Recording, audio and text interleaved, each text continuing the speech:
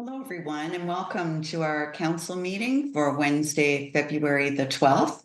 We're coming to you totally virtual this evening, except for our IT person. So thank you, Mr. Ross, for braving the elements and being in council to run the show. We want to keep everybody safe whenever we can. I do want to let you know that this meeting is being audio, video recorded and live streamed on the town's YouTube channel and shall form part of the record, which will be retained according to the town's retention bylaw. And I would now ask Councillor Ices if he would please deliver our land acknowledgement statement. The town of Innisfil acknowledges that Innisfil is situated on tree land that is steeped in rich Indigenous history. The town also acknowledges that this land is the traditional territories of the first peoples of Turtle Island. It is shared between the Anishinaabe peoples of Bosole First Nation, Chippewas of Rama First Nation, and Chippewas of Georgina Island First Nation. And we thank them for generations of stewardship. The meeting place is still the home to many Indigenous people and the settlers. We are grateful to have the opportunity to work on this land. The town acknowledges the forced sacrifices that are the foundation of Canadian society today. We are dedicated to honoring Indigenous history and culture and committed to moving forward in the spirit of reconciliation and respect with all First Nations, Métis, and Inuit. Thank you, Councillor Ices. We'll now go to item 2 on our agenda, which is our open forum. And we do have one pre-registered participate in the open forum tonight, and that would be Donna Orsatti. So former Councillor Orsatti, if whenever you're ready, if you could turn on your video, and the floor is yours.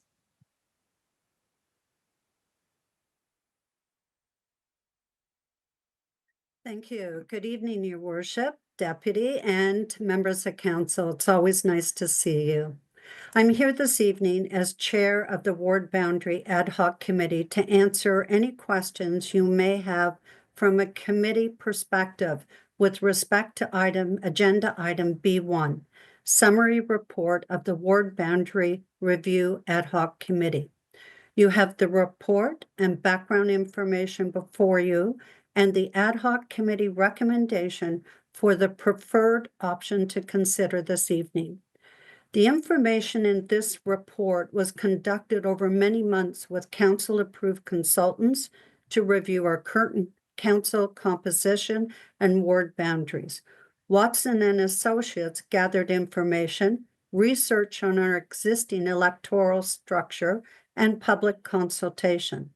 The ad hoc committee attended engagement sessions with the public at open houses and reviewed online data feedback for discussion in our meetings. The present wards were adopted over 11 years ago. Since then, the town has seen significant population growth in the Alcona settlement area. The goal now is to manage the future population growth while balancing the wards using the guiding principles for good planning for the next and future elections. Change is never easy. To do this requires a paradigm shift in the way we view or think of something. Tonight, I'm asking each of you on council to separate how these recommended changes would impact you personally in your current ward. Instead, to view the data to allow the town to adjust and balance the wards with fair representation for future growth and elections in Innisfil. Mr. Jack Amendoli of Watson and Associates, economist, is also available to answer your questions regarding the process and the data this evening, as well as myself from a committee perspective. I also want to thank the committee members, Rob Nickel, Bill Van Berkel, Paul Wardlaw, and Emma Perry, and thanking them as well. Thank you very much for this opportunity to speak, and I look forward to the discussions on that item. Thank you. Thank you very much, Chair Orsatti. Are there any other open forum participants that have signed up, Madam Clerk?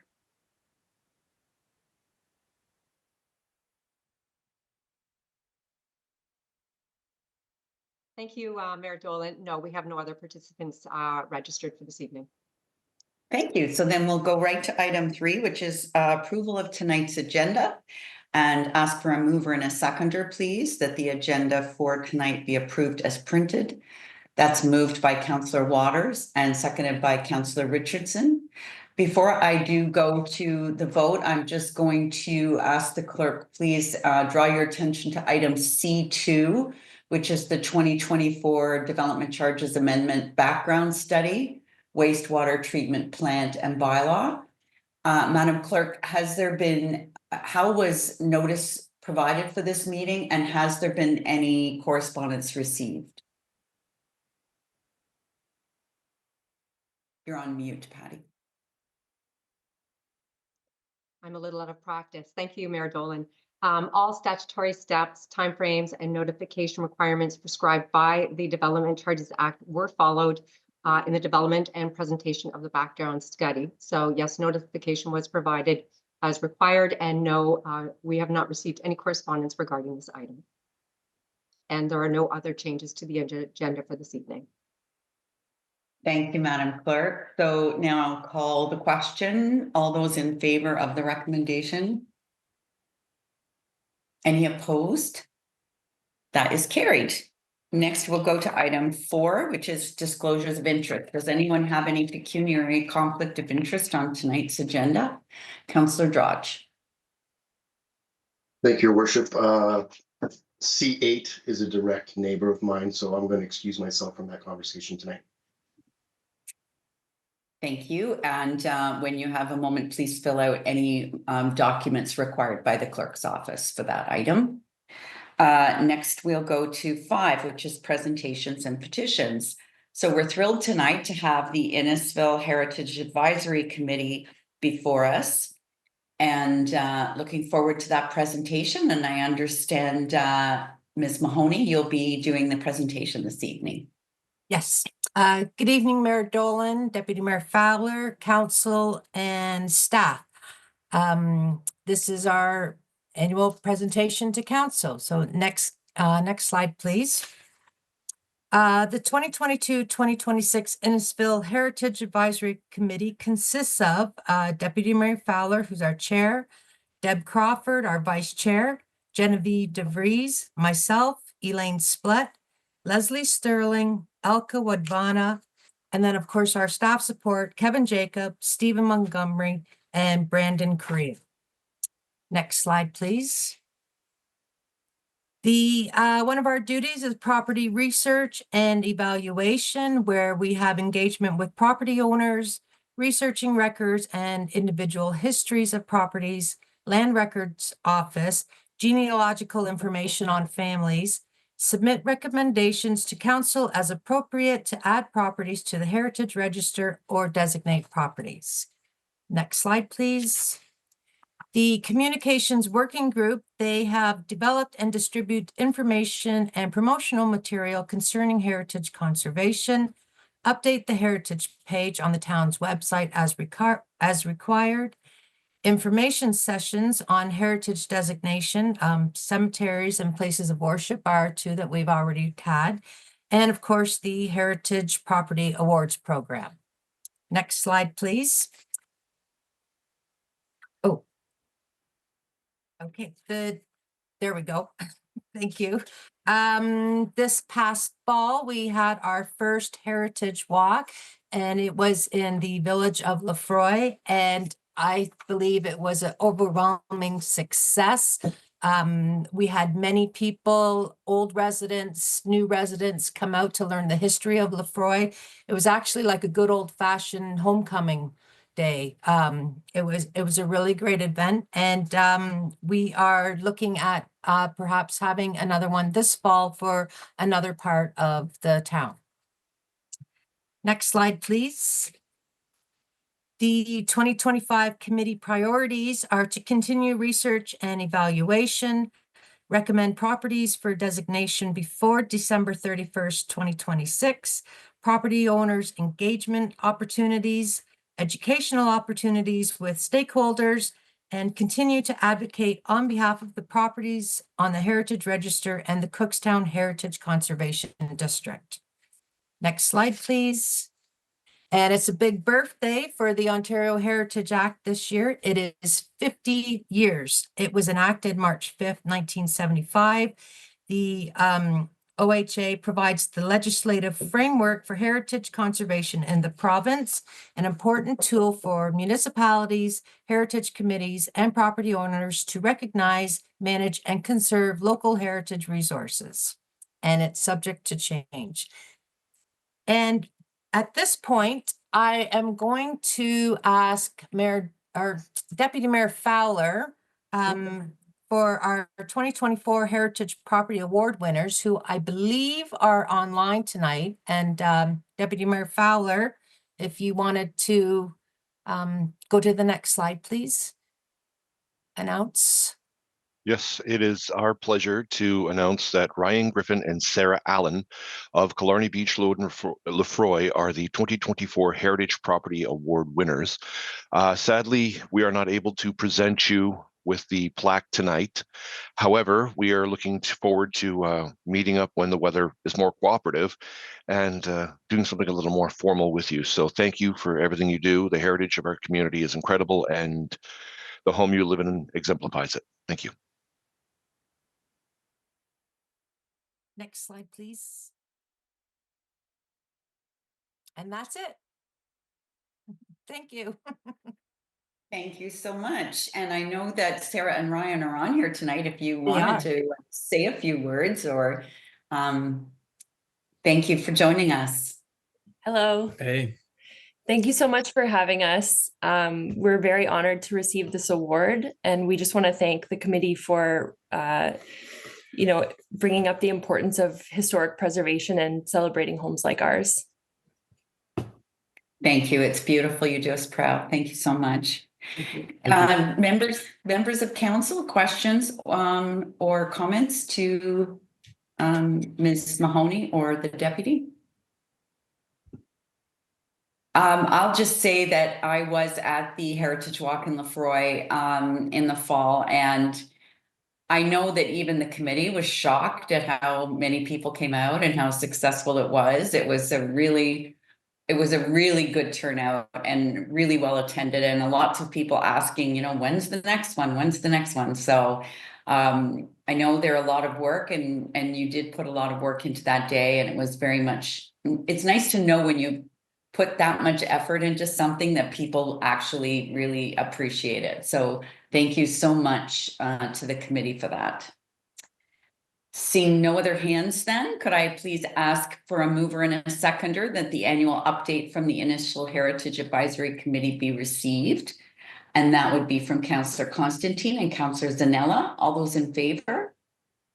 That is carried. Thank you so much. Thank you. Thank you. Have a great evening. Next is our delegation from members of the public or invited guests. And tonight we're happy to have the fleet feasibility study, a presentation on behalf. And I would ask if we have Katie in the audience, Katie Lockhart, if she would please. Hi, Katie. I'm happy to introduce our guests this evening. Yes, so thank you, Madam Mayor. Good evening to you, Deputy Mayor, and all members of council. Thanks so much for making room for us today.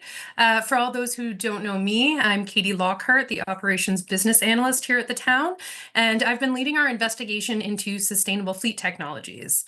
Here with me is Ripin Bhattacharjee from GHD Limited, who performed our fleet feasibility study, and we've come to present to you today the study findings, as well as our proposal for our way forward in decarbonizing our fleet. Next slide, please.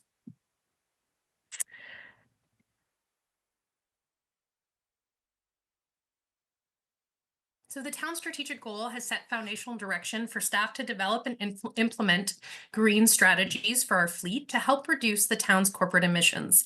Council's also recently adopted our Integrated Sustainability Master Plan, or the ISMP, which provides specific targets for staff to begin measuring the success for those efforts. Our intention today is to share with you the progress that the fleet team has made in preparing our implementation strategy and to ensure that they are in alignment with Council's vision to support the ISMP and the town's strategic plan. Decarbonization is a word that you will hear us use. Specific to fleet, it means reducing the amount of carbon our fleet units produce and emit through tailpipe exhaust. So there is a glossary of terms in the staff report should you wish to refer to them, but we'll try and speak in plain language for clarity. Next slide, please. And one more. Originally, we knew that some basic operational efficiencies, such as reducing idling, improving driver behavior, and traditional fuel vehicle improvements were important for reducing gas and diesel consumption. Those are still important to implement. However, to really move the needle on GHG emissions, we need to move away from those traditional gas and diesel fuels altogether. So when we brought the fleet management policy update to you in late 2023, we highlighted a plan to convert SUVs and half-ton pickups to electric, but noted that there were gaps in our understanding of the long-term solution for fleet conversion. Over the last several months, we've been working with GHD to fill in those gaps and better understand the long-term investments that will need to be made to achieve emissions reductions in our fleet. As I said, the company we are working with is GHD Limited, which coincidentally is very close to GHG. So I'll try and refer to them as the consultant moving forward. Next slide, please. Really quickly, I wanted to highlight our current EV units and how these early pilots have been performing. We currently have 2 electric Zambonis, a fully electric half-ton pickup truck, and a plug-in hybrid EV or a PHEV SUV. All these units are functioning as intended and for their intended purpose and used for their intended purpose. That's not to say that there haven't been growing pains and lessons learned during the pilot period, but taking these into consideration, we'll be closely looking at choosing the right technology for the right work moving forward. Next slide, please. So at this time, I'm going to pass it over to Ripon, who will share the fleet feasibility study findings with you. Awesome. Thank you so much, Katie. Thank you to the town of Innisfil for choosing GHD for this study, and I'm very grateful to be able to present it to the council today. Next slide, please. Okay, so as you can see on this slide, there are a number of alternate fuel options that are available to any Canadian municipality today who is looking to decarbonize their fleet assets. As you can also clearly see, there is no one size fit all approach that can be implemented, especially on a fleet with the type of diversity that we saw with the town of Innisfil. You know, we were talking about light duty assets, medium duty assets, heavy duty assets. Something went wrong. Sorry. Given the complexity of the fleet, it is important to understand that there may be a couple of options that work well for the fleet. Maybe there is an interim option and then there's a long-term play. And that was really the intent of uncovering through our analyses the total cost of ownership of adopting a certain fuel option and the corresponding emission reduction potential of those options. So if you could go to the next slide, please. So, yeah, perfect. So after having seen the different options on the table in collaboration with the city, Katie and Katie's team, we realized that there were really 4 realistic options that we could look at. The first and foremost option is, of course, electricity or battery electric vehicles. The most important and the most critical sort of benefit of electricity is the fact that you can convert 95% of your fleet to a commercially available vehicle option today across the entire complexity of the fleet. Battery electric vehicles, of course, have their own challenges. Cold weather temperatures are not very conducive to battery electric operations. Heavier duty classes of vehicles are while yes, they're commercially available to purchase today, but they're still an unproven technology from where we stand. Renewable diesel offers an excellent interim solution to the challenges that we mentioned for battery electric vehicles.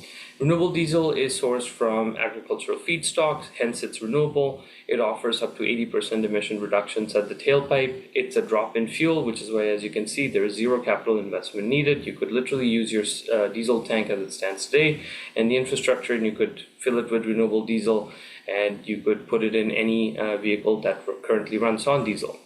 The unit application percentage is, of course, around 50%, because the other 50% of the fleet of the city, of the town, runs either on gasoline or propane.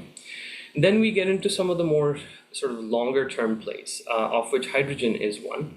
The main problem with hydrogen today is that it's just too new. There aren't too many battery or hydrogen commercially available vehicles, makes and models available today, especially in the higher duty classes. It's still an unproven technology, and as a town who is, who should be risk averse, because you don't want to engage in a technology that will not work for you in the long term, it's important to acknowledge this technology, but it's certainly not entirely realistic to adopt as it stands today. Same thing with natural gas. It comes in two flavors. It comes in compressed natural gas and renewable natural gas. Both are essentially the same product. Renewable natural gas simply just comes from the landfill, so it's renewable. Same problem with natural gas. Only about 35% of the vehicles in the fleet could be transitioned to natural gas.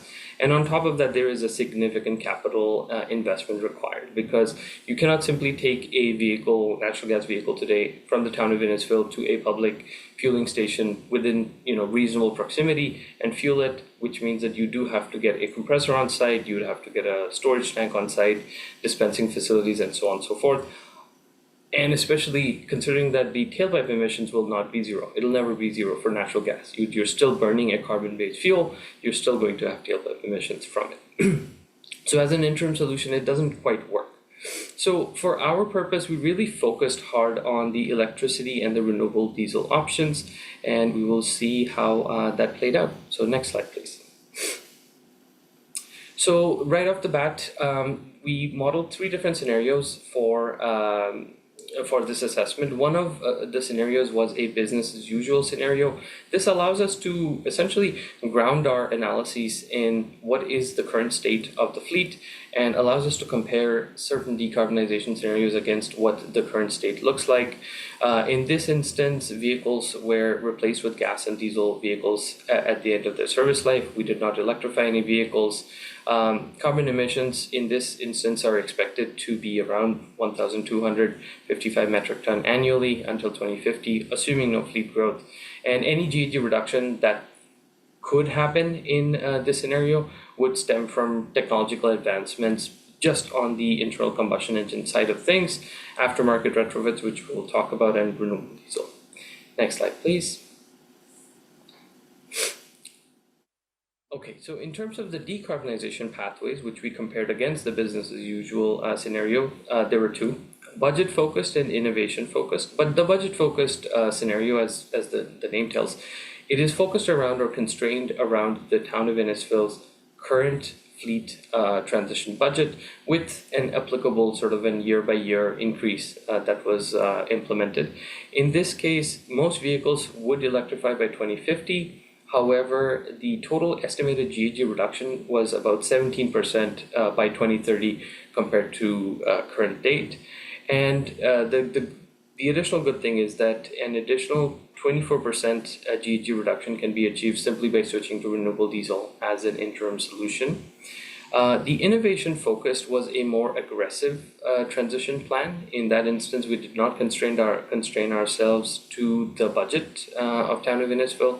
We essentially looked at vehicles as they would be made available in the market as technology improves in the battery electric sphere, and we essentially were transitioning vehicles as soon as possible at the end of their service life. In this scenario, we estimated that the GHG reduction potential is up to 28%, or almost a third, by 2030, completely from electrification. The the additional GHG reduction from switching to renewable diesel is at 21%.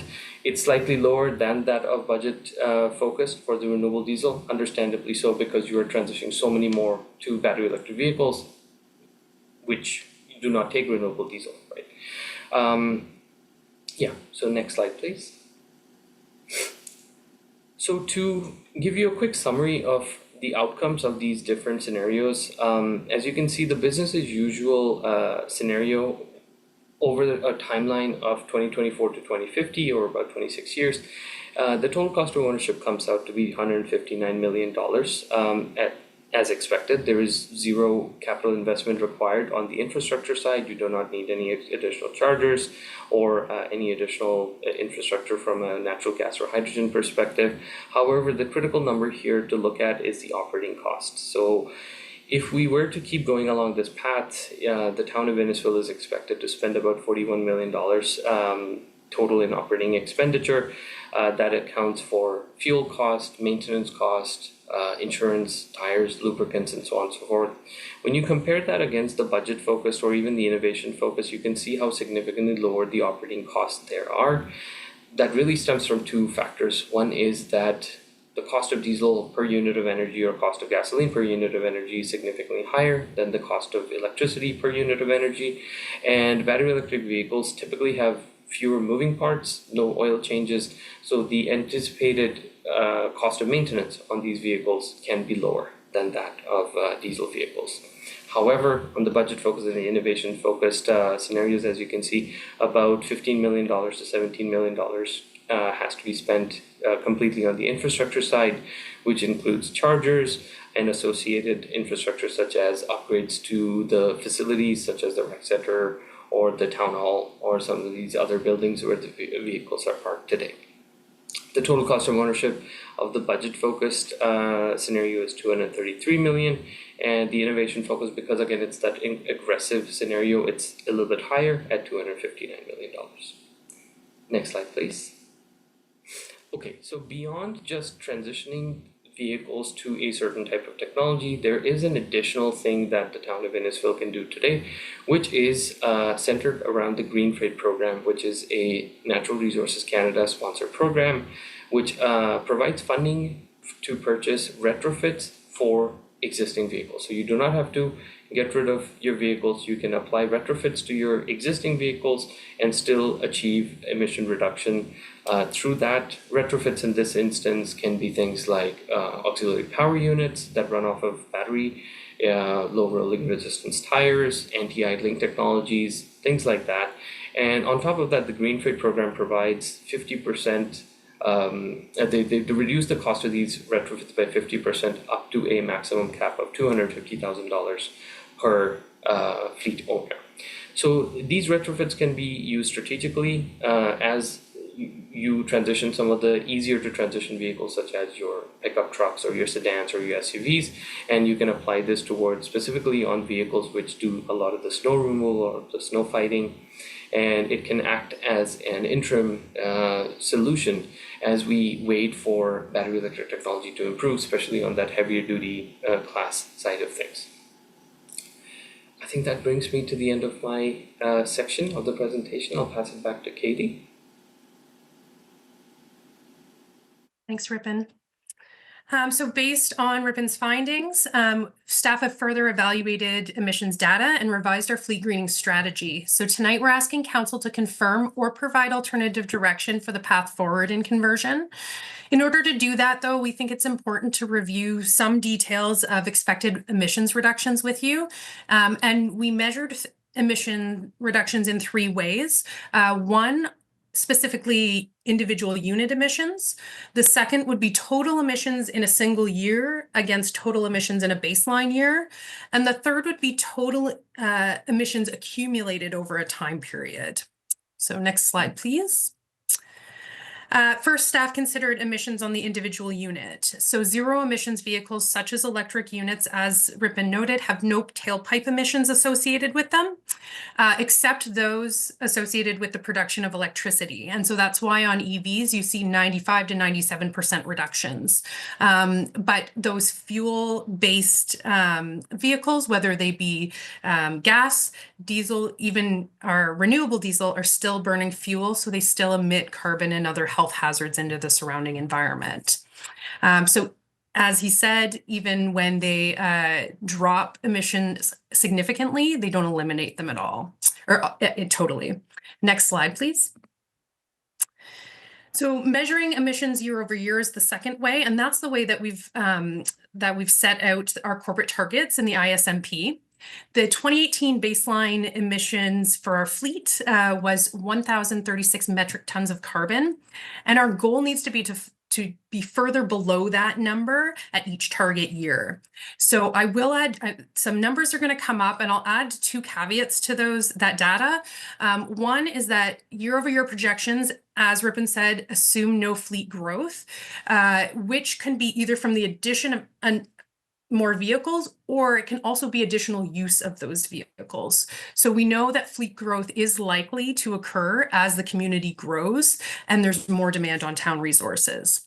The second caveat would be that fleet accounts for only 34% of corporate emissions. So a 25% reduction in fleet equates to only about an 8.5 reduction in corporate emissions.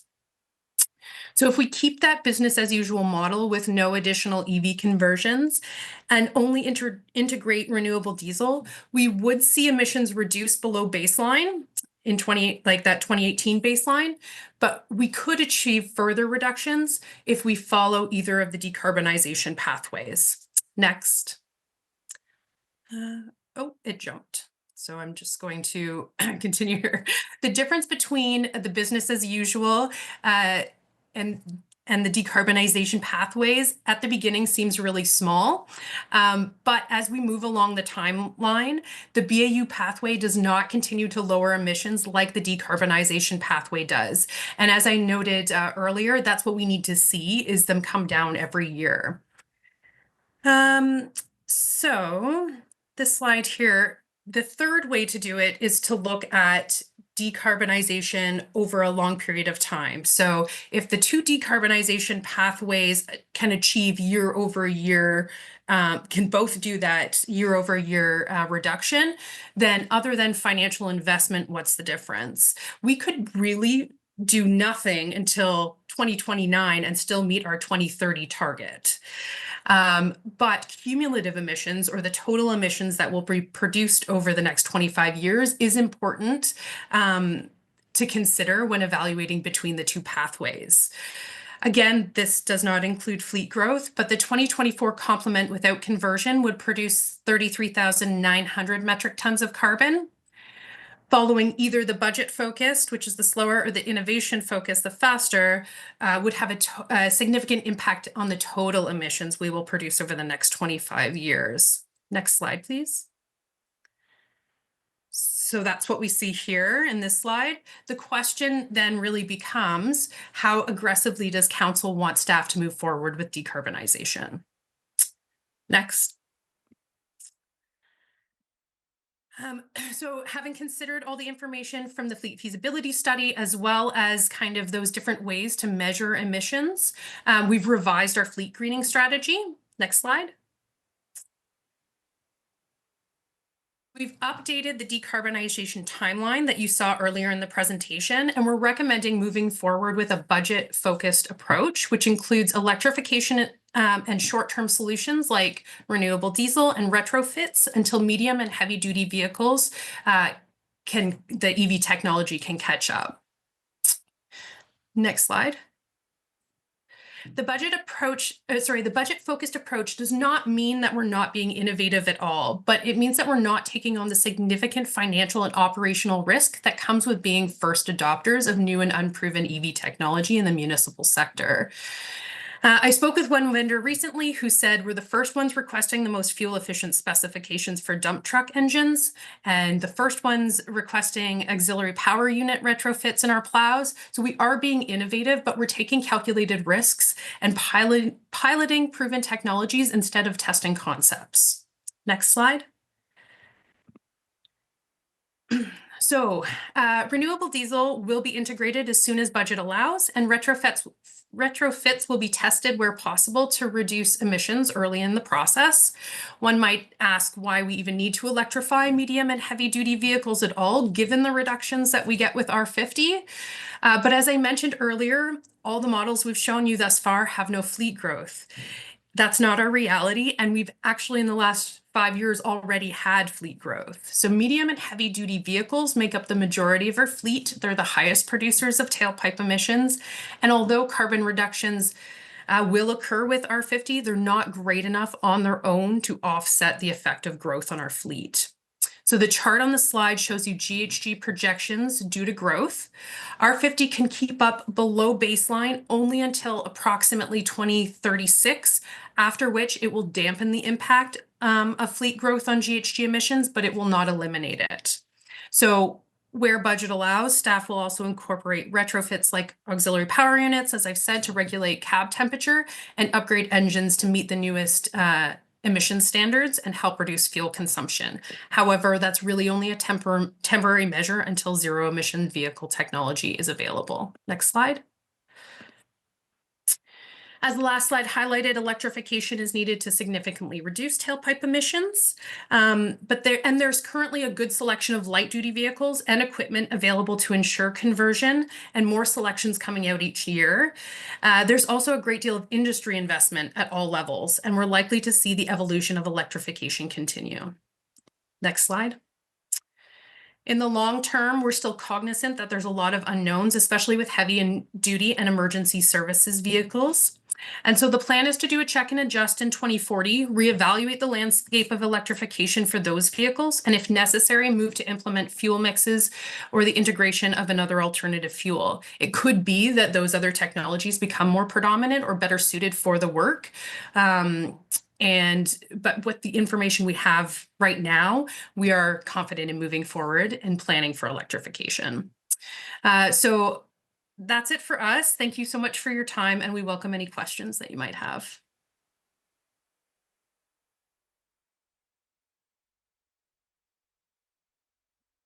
Sorry, thank you. That was wonderful. Thank you so much, Katie and Rippon, for that presentation. So we'll take questions both on the presentation, but also if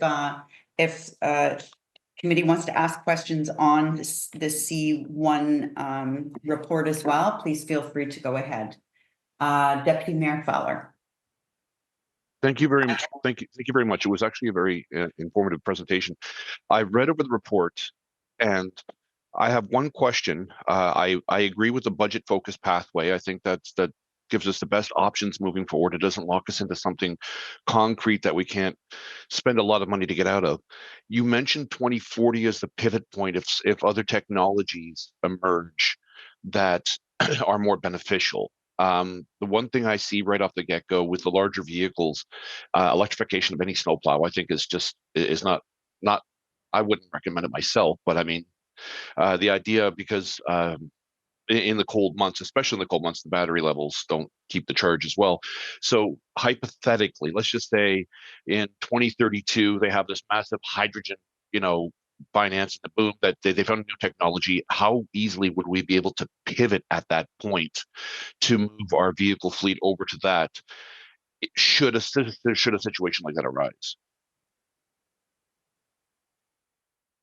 Through you, Mayor Dolan. It's a good question. I think there are going to be vehicles that will continue to electrify, so we can continue kind of on the path that we're going for a lot of our vehicles. But as I said, yes, 2040 is kind of the critical go, no go kind of decision for those.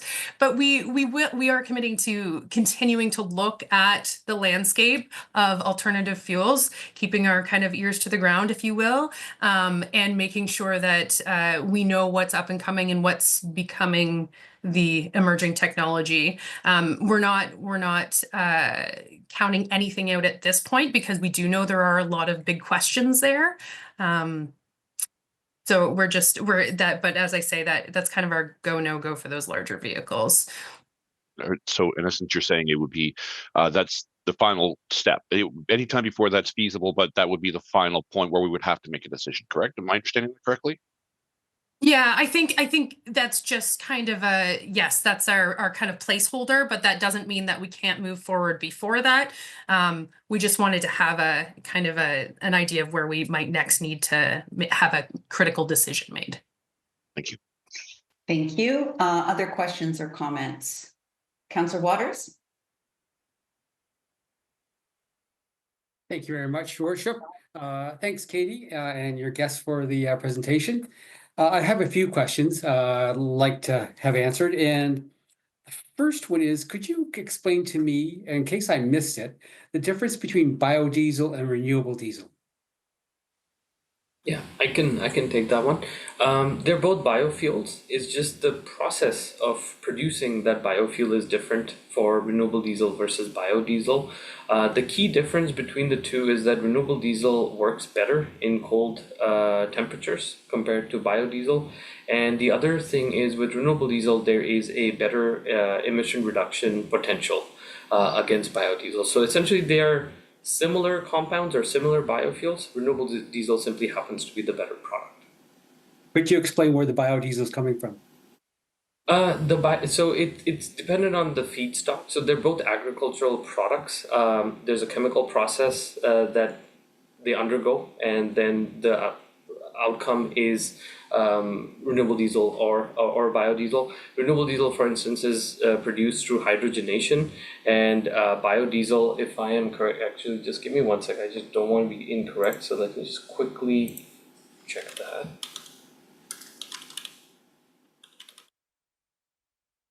Yeah, and so that process happens via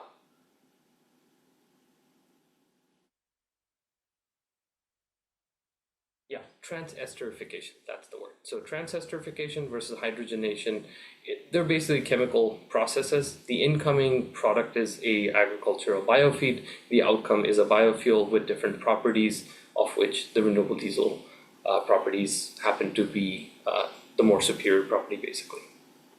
Okay, thank you. Second question is around, I guess, the infrastructure costs. Is that as we found out that infrastructure costs when we're making this transition, there's lots of funding that comes from either the province or the feds.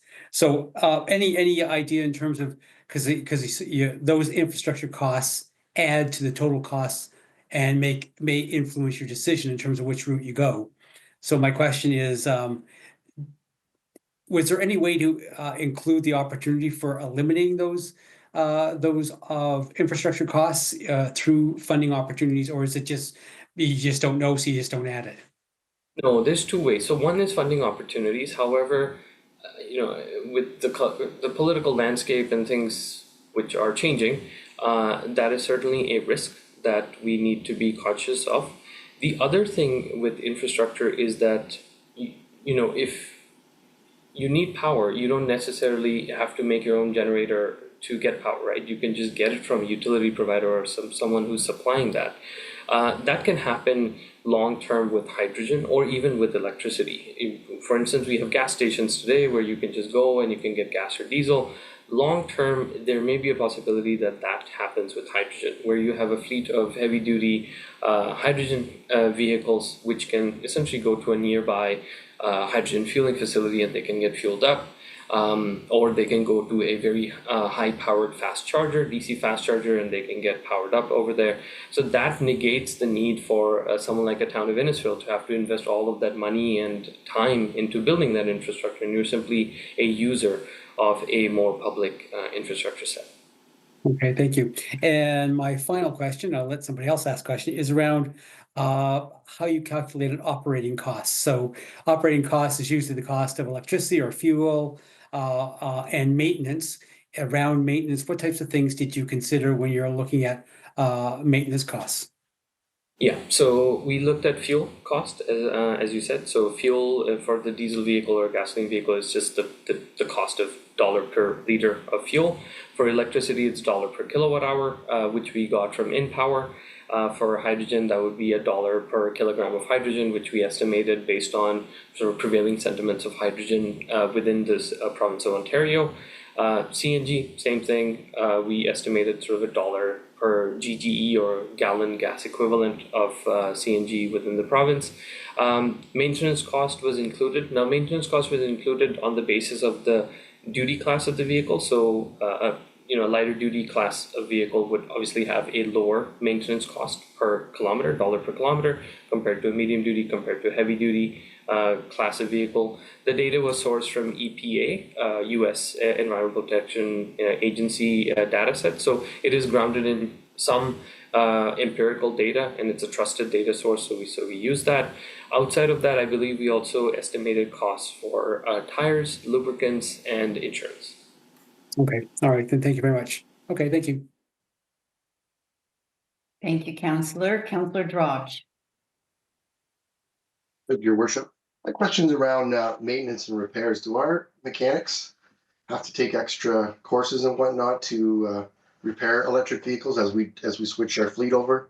And part two to that question is storage, because I read somewhere that you can't store electric vehicles indoors in a mass.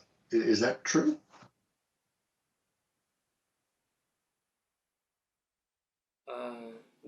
For the training piece, I think, Katie, would you like to take that one?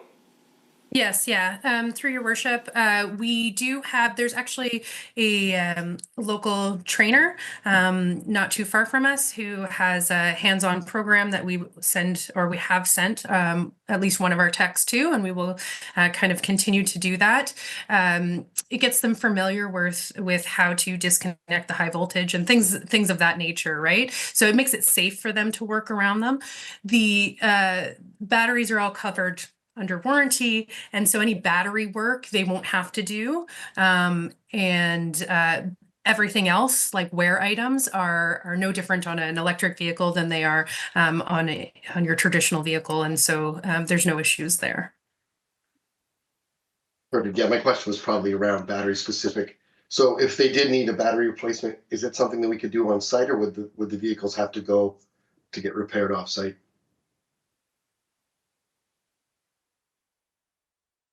Who wants to answer that one? Ripon, can you answer that? Traditionally happens with battery replacement. Yeah, I mean, to start off, Councillor Drudge, they would have to go to an OEM or a dealership to get changed, because, and Katie, correct me if I'm wrong, but I don't think the town currently has the technical capability to swap out a battery, but that can change, right? Through upskilling, training, hiring the right resources, that can be pivoted very quickly. Yeah, it could. I echo that answer. No, we wouldn't do it in-house.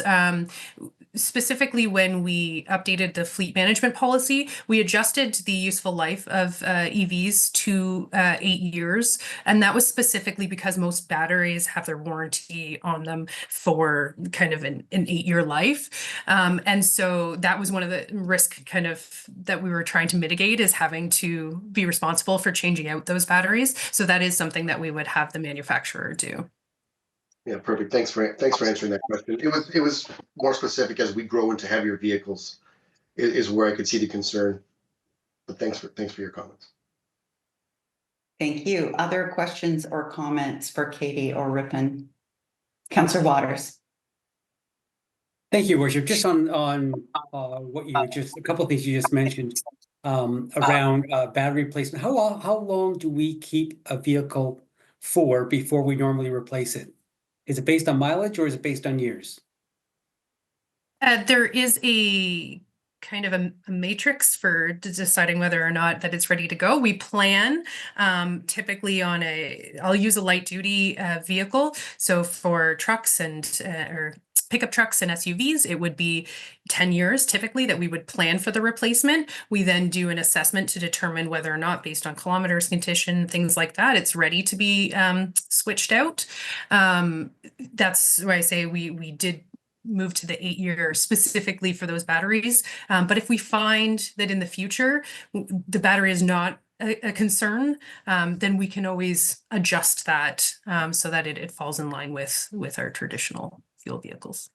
Okay, thank you. And the second question was just around, you had mentioned wear was the same on all vehicles, but I would have it, if training is done properly, electric vehicle wear is a lot less in terms of, not batteries or starters, all those types of things. There's a lot of things that wear less. So operationally, they're much cheaper to operate. And the other item where training comes important is that electric vehicles have the option of one pedal driving. And one pedal driving allows you not to use your brakes. I hardly ever use brakes on my electric car. And so I can't imagine me even having to replace the brakes on my car. So there's things like that where training helps to negate some of those costs associated with traditional vehicles. So just wanted to make that point. Thank you. Thank you. Other comments or questions for Katie or Ripon? I just wanted to say thank you so much. The report is really interesting. The only thing I would have wished is that we wouldn't have used budget versus innovation, because I think you can have budget and innovation. And I like the stream that we're going, but I think we also need to toot our horn when we do innovative things that are within the budget stream. And make sure that we shout those from the rooftop. I was glad to see natural gas fall off, only because we, at the County of Simcoe, we hired a company to do our waste collection with natural gas collection vehicles, and there was a lot of issues. Having said that, I think the most challenging thing about this is just how quickly things change. Chargers that we put in, EV chargers that we put in a few years ago are now obsolete. And things that we're talking about today in a few years' time, and I don't think it'll be 2040, there'll be new ways to do things, and things that we don't even know, because we don't know what we don't know. So I think as long as we keep up and keep our ears and pivot as when we can, and keep moving in the right direction, and I'm totally confident, Katie, with you there, that we'll be on top of that. So thank you again for being with us tonight. And if I'm seeing no other questions or comments, I'm going to ask that mover and a seconder, please, to receive the presentation with thanks. Councillor Drodge and Councillor Saunderson, all those in favor? That is carried. Thank you so much. We'll now go to item 7, and in respect for both Ripon and Katie, can I suggest that any questions you ask now, and there won't be further questions when this item comes up in C1, so they can get on with their evening? Okay, I'm seeing nods, so that's good. All right, item 7, we have this time of the agenda that many councillors, besides being councillors, also sit on many boards and commissions on behalf of Innisfil Council, and this is our opportunity to speak about anything that has come up in those areas. And I am going to just start, if I could, because there's been a lot. But I'm going to start with the AMO, which is the Association of Municipalities of Ontario, had an executive meeting, had a committee of the whole and a board meeting since our last time together. At the committee of the whole, we had an expert from Oxford Economics speak to us on tariffs and issues with tariffs.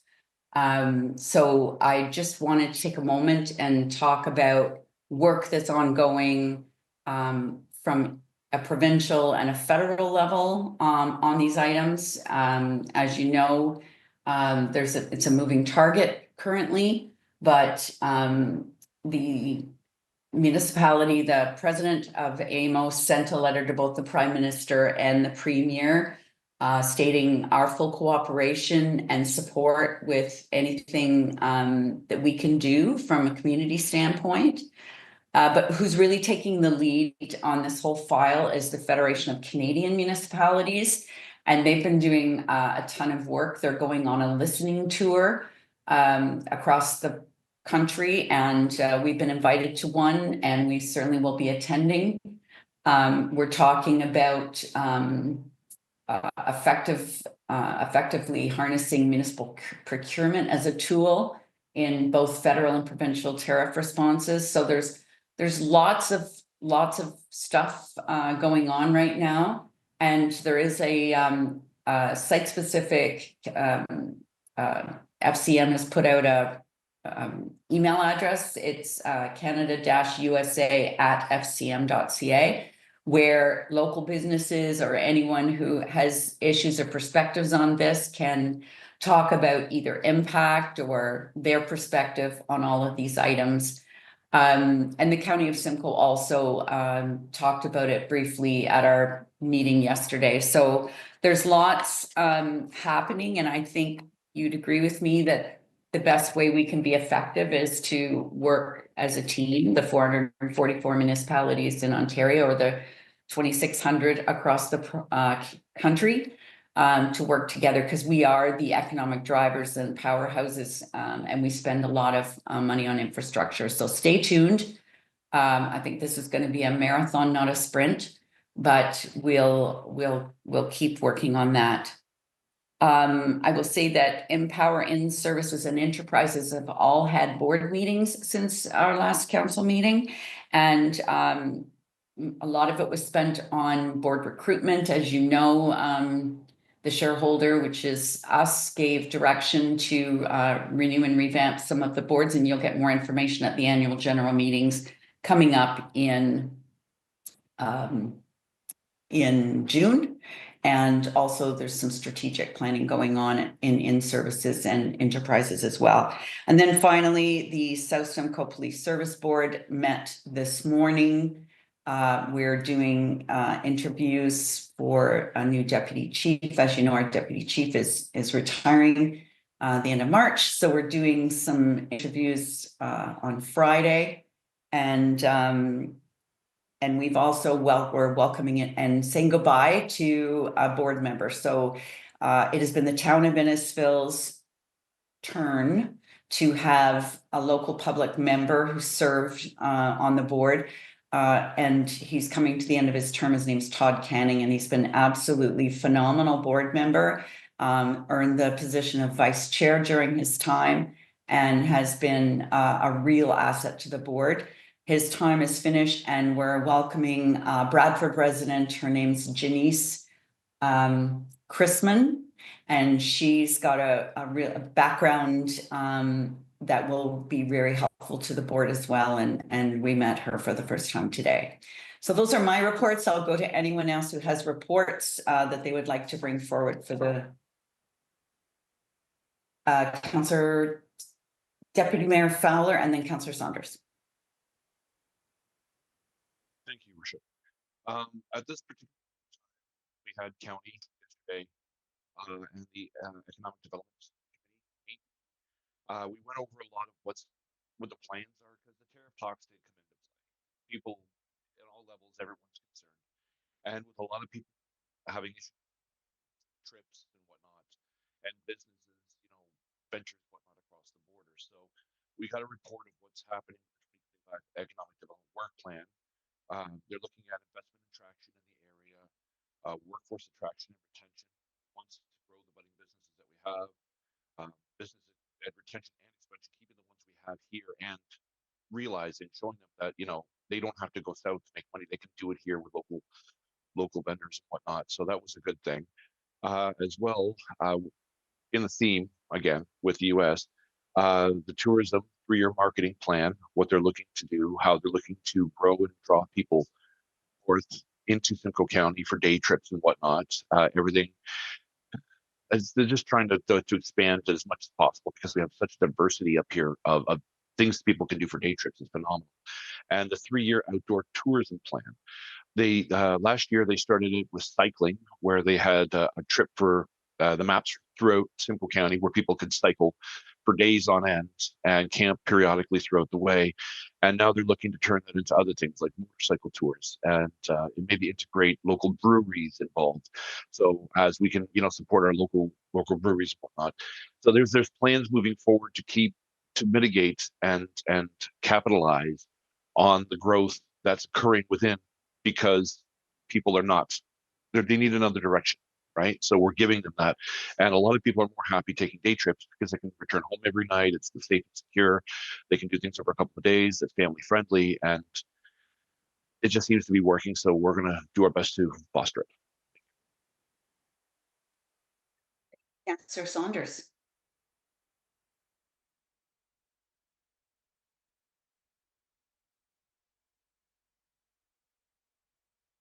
There we go.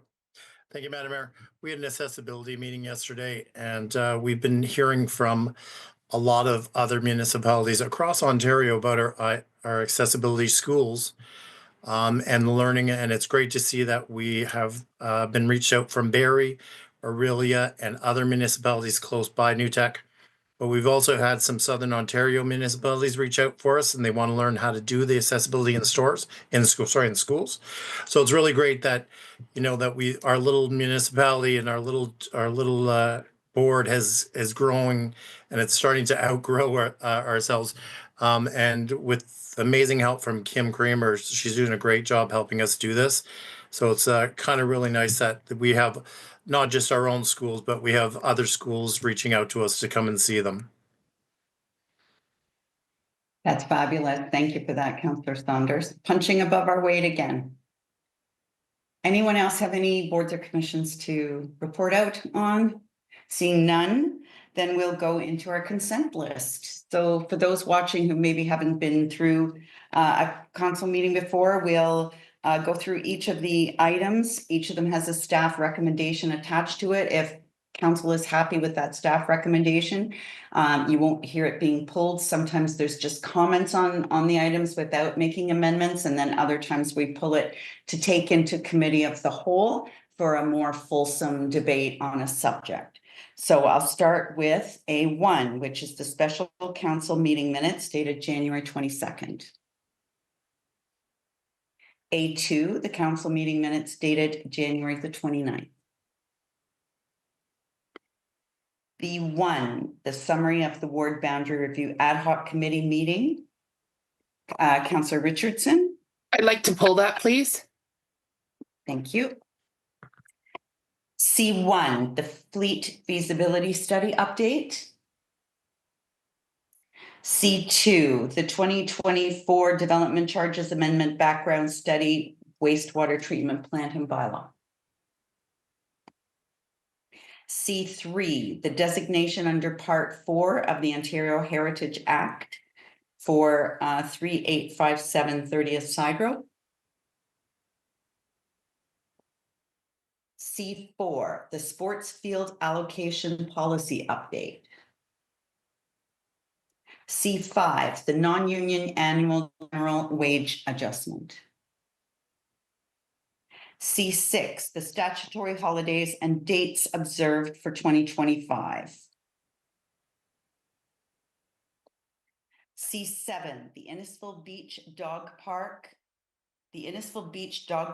Beach Environmental Noise Study results. Councillor Waters? I'd just like to pull. I have a few questions I'd like to ask about that one. Absolutely. Thank you. C8, the tax sale extension agreement. And we understand that Councillor Drodge has a declared conflict on this item. C9, the tax sale extension agreement for 929 Nantar Drive. And C10, the Innisfil Sustainability Advisory Committee, terms of reference. Councillor Waters? I don't want to pull it, but I just like to say a few words about it. Sure.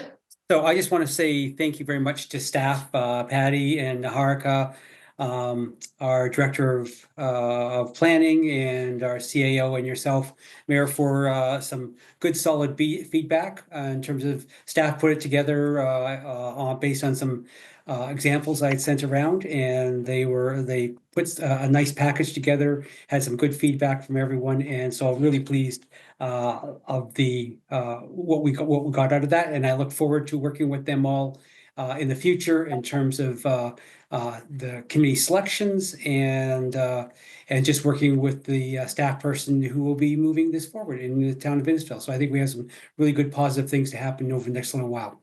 So I don't want to pull it, but just to say some good words about the people who've worked on it so far. Thank you, Councillor Waters, and thank you for being a dog with a bone and getting us this far. Thank you. Other comments on this item? Seeing none, we'll go to D1, which is the sole source procurement for the Innisfil Rec Center and the Morgan Russell Marina Arena. D2, the amended community benefits charges bylaw. Seeing none. E1, a bylaw to amend reduced load period within the town of Innisfil. And there's no, correspondence for action. The first one is the Gussapalooza Festival.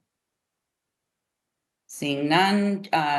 Correspondence for information. We have G1, a proclamation of Federated Women's Institute of Ontario, and G2, Ontario Heritage Week. Councillor Waters. Sorry, Mayor, I did have my hand up for the community benefit charges one. I'd like to pull that one.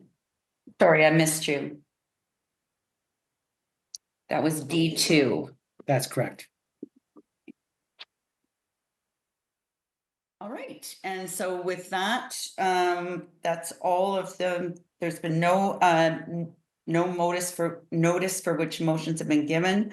So we'll go right to then the consent list recommendation.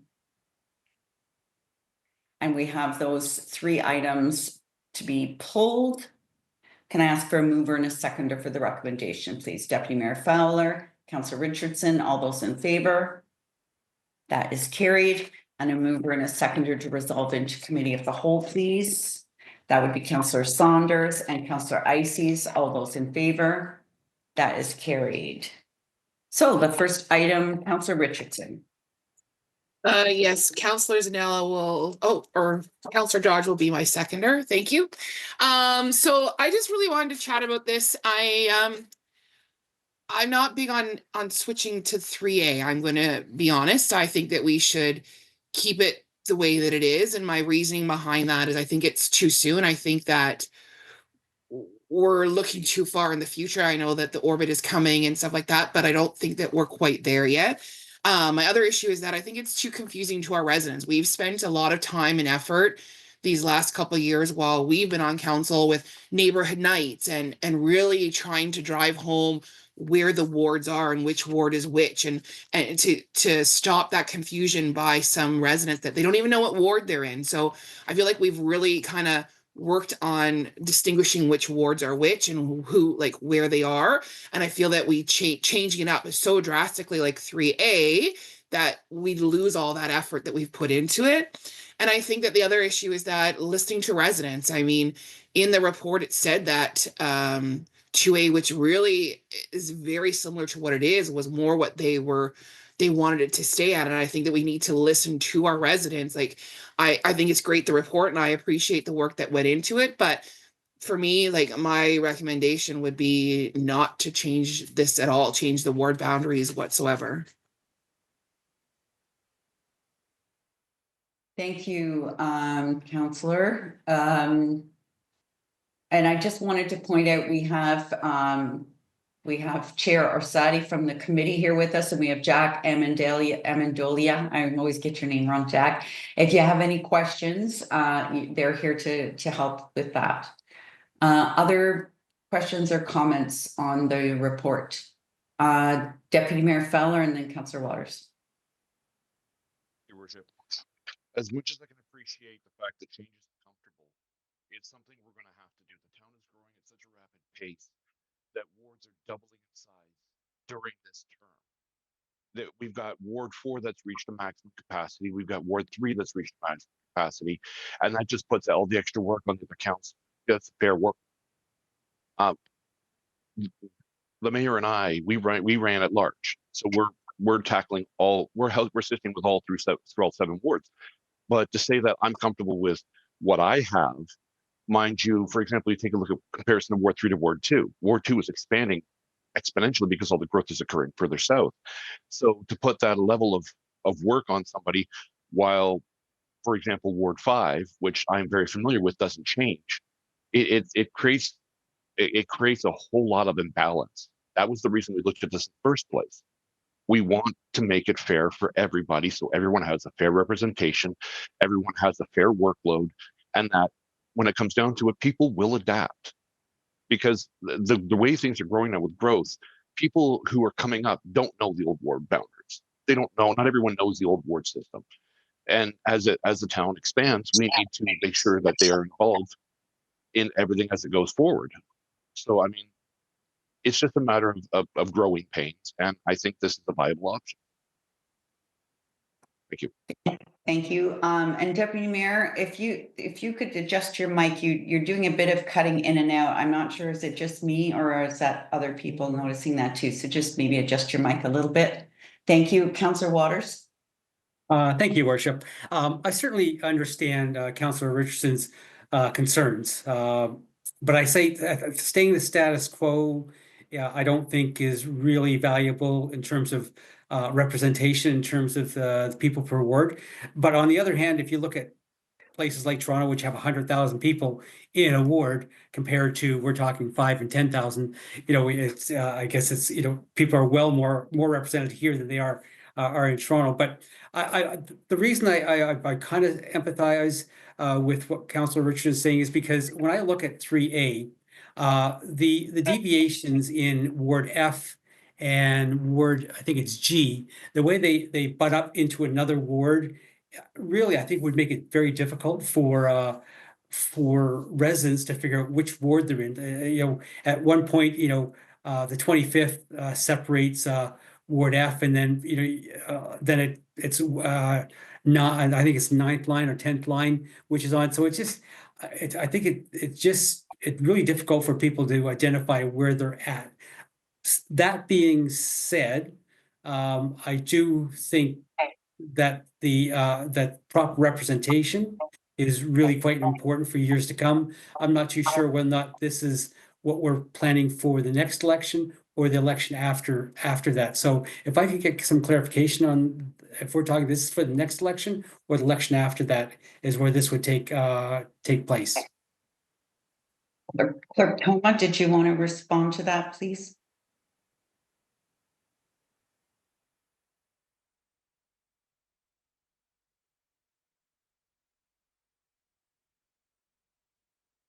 Thank you, Mayor Dorland. I'm having a bit of difficulties with my video for some reason. This process is to set the ward boundaries to either remain in place for the election in 2026 or to set them new boundaries for October 2026 municipal election. What the consultants did do, and I would let Jack speak to that, is that they did provide potential to transition for the 2030 election as an option for the future as well. Thank you very much for that. I would feel more comfortable transitioning to 2030 as opposed to 2026. Just the numbers would be more distinct and give everyone a better chance to move forward. So that would just be my comment, that I can live with 3A. Just maybe a different timeline in terms of transitioning. Thank you. Did you want to respond to that transitional piece? Yeah, thank you, through the mayor. Yeah, exactly what the clerk said. If it basically the way it works, if you wanted to make a decision for the 2026 election, council would have to pass a bylaw prior to the end of this calendar year, December 31st, 2025. If council wanted to make a change for the 2030 election, you can use one of the examples now, but that would come with a caveat that you would probably want to, check where you were from a population perspective prior to implementing that change before 2030. Thank you. I saw other hands and Councillor Ices. Thank you, Worship. Yeah, I too appreciate all the comments that are being made with regards to this. But I have a lot of concerns over this option as well. And I guess my biggest concern with more rural ward is we're changing the number of rural wards from 2 to 1. And as I kind of peruse through our strategic plan, it speaks very clearly to balance, and it speaks clearly to recognizing our rural roots. And I think this option goes against that. So I can't really support this as a option moving forward based on that. I haven't looked into the other options enough to have confidence in them. So I'm comfortable just using the information that we've gathered, and as Councilor Richardson is suggesting, maybe set this aside for now. We are experiencing growth, but it's not to the point where it's going to greatly affect these things as far as ward boundaries go. So I'm definitely not in favor of this motion, and those are my comments. Thank you. Councillor Drodge. Thank you, Worship. I couldn't agree more with Councillor Ices. I think 3A having just one councillor running a whole rural ward is a concern of mine. I know being in the rural ward already and working with Councillor Ices and with our farmers, they definitely reach out to both of us quite often and want both of our opinions. So the farmers definitely appreciate having that avenue of two councillors kind of working with each other to get their voices out. On another note, 3A really, we'll speak specific into Ward 7. It really breaks it up. Like it takes Fennels Corners and Churchill out of Guildford. And like I'm born and raised Guildford boy, and I would tell you that they're my closest group. Like Fennels Corners to me is Guildford. Churchill to me is Guildford. We're all one community. Lefroy, we're like that whole area.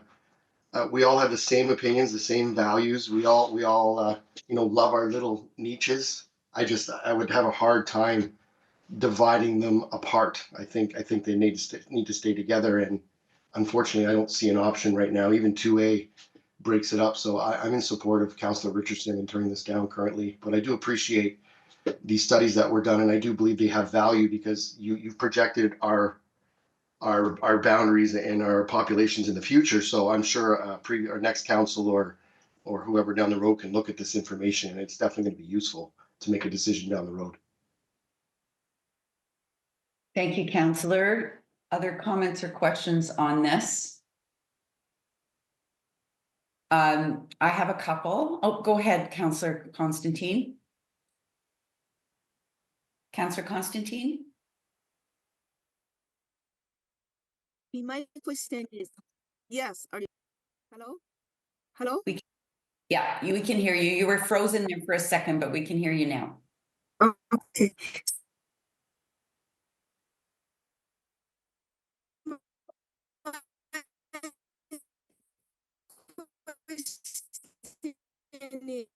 Is that, the public option 3A. Can you say that again, Councillor? You chopped up there for a minute. Okay, so the public preferred 2A by 32% and 3A by 9%.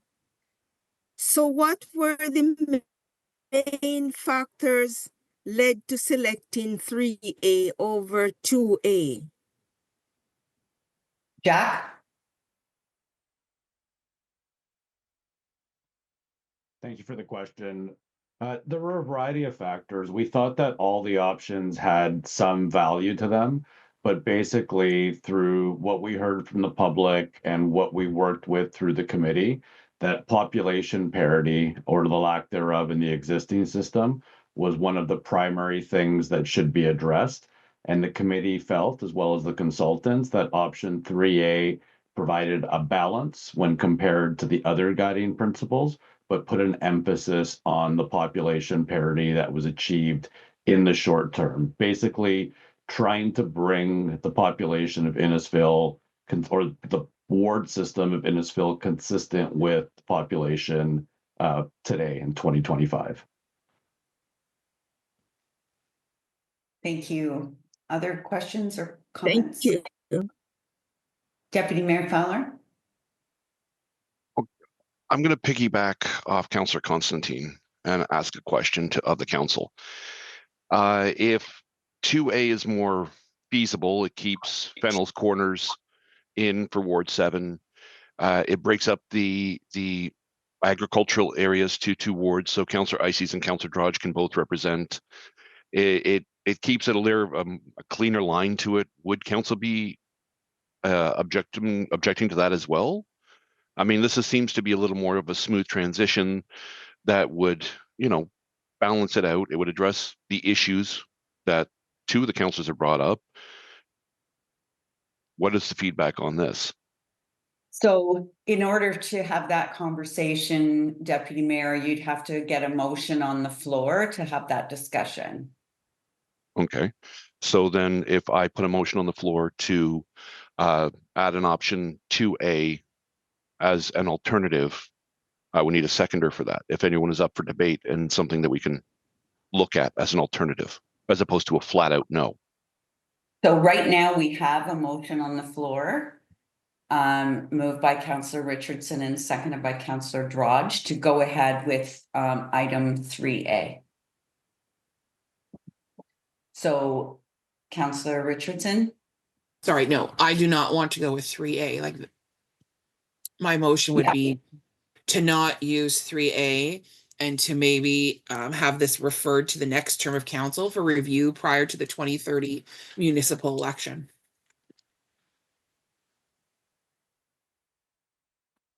Madam Clerk?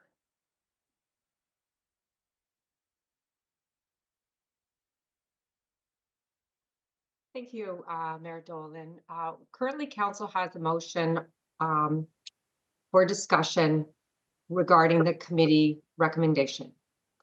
I would suggest that they vote on this motion. If it is defeated, then a new motion could be brought forward. In the alternative, if council wishes to withdraw this motion and a new motion be put forward, they could look at that as well. Madam Clerk, if the mover and the seconder agree on amending this motion, does that work? Or would you rather us just have a vote on this motion and then have a new motion come forward? I think if an amendment is going to be put forward, it should be voted on separately. Okay. And that would, so it would be an amendment to the main motion that option 3A be replaced with 2A, and then council would vote on that. If that motion passes, then the motion, then council would be voting on option 2A as opposed to option 3A. If the amending motion fails, then they would just remain with option 3A to vote upon. Thank you. Councillor Drodge? Councillor Richardson can confirm this or not, but I thought Councillor Richardson and my intention is to turn down this option completely. Yeah. It wasn't to put forward to, I believe that was Deputy Mayor Fowler's motion. So I guess, Madam Clerk, you're asking us to either vote in favor or against this motion, and then Councillor Richardson and I can put forward a motion to turn down the recommendation altogether. Is that the intention, or like we're looking to turn it down altogether? Correct me if I'm wrong, Councillor Richardson. Yeah, you're right. I Not to, want not to, not to amend to option 2A, I guess my question. Yeah. So I'm going to call the vote, but first I'm going to speak to this because I will, whatever we're going to do, I think we can't wait till the end of this year to do it. We need to make a decision and settle the waters, because besides our ward boundary ad hoc committee that is going on, we have a healthy democracy committee going on. And that healthy democracy is about attracting as many and the very best and diverse and lots of candidates in the town of Innisfil to run in the 2026 election. We want to fill the slate. We want to engage our people, and we want to have a really good turnout at the next election.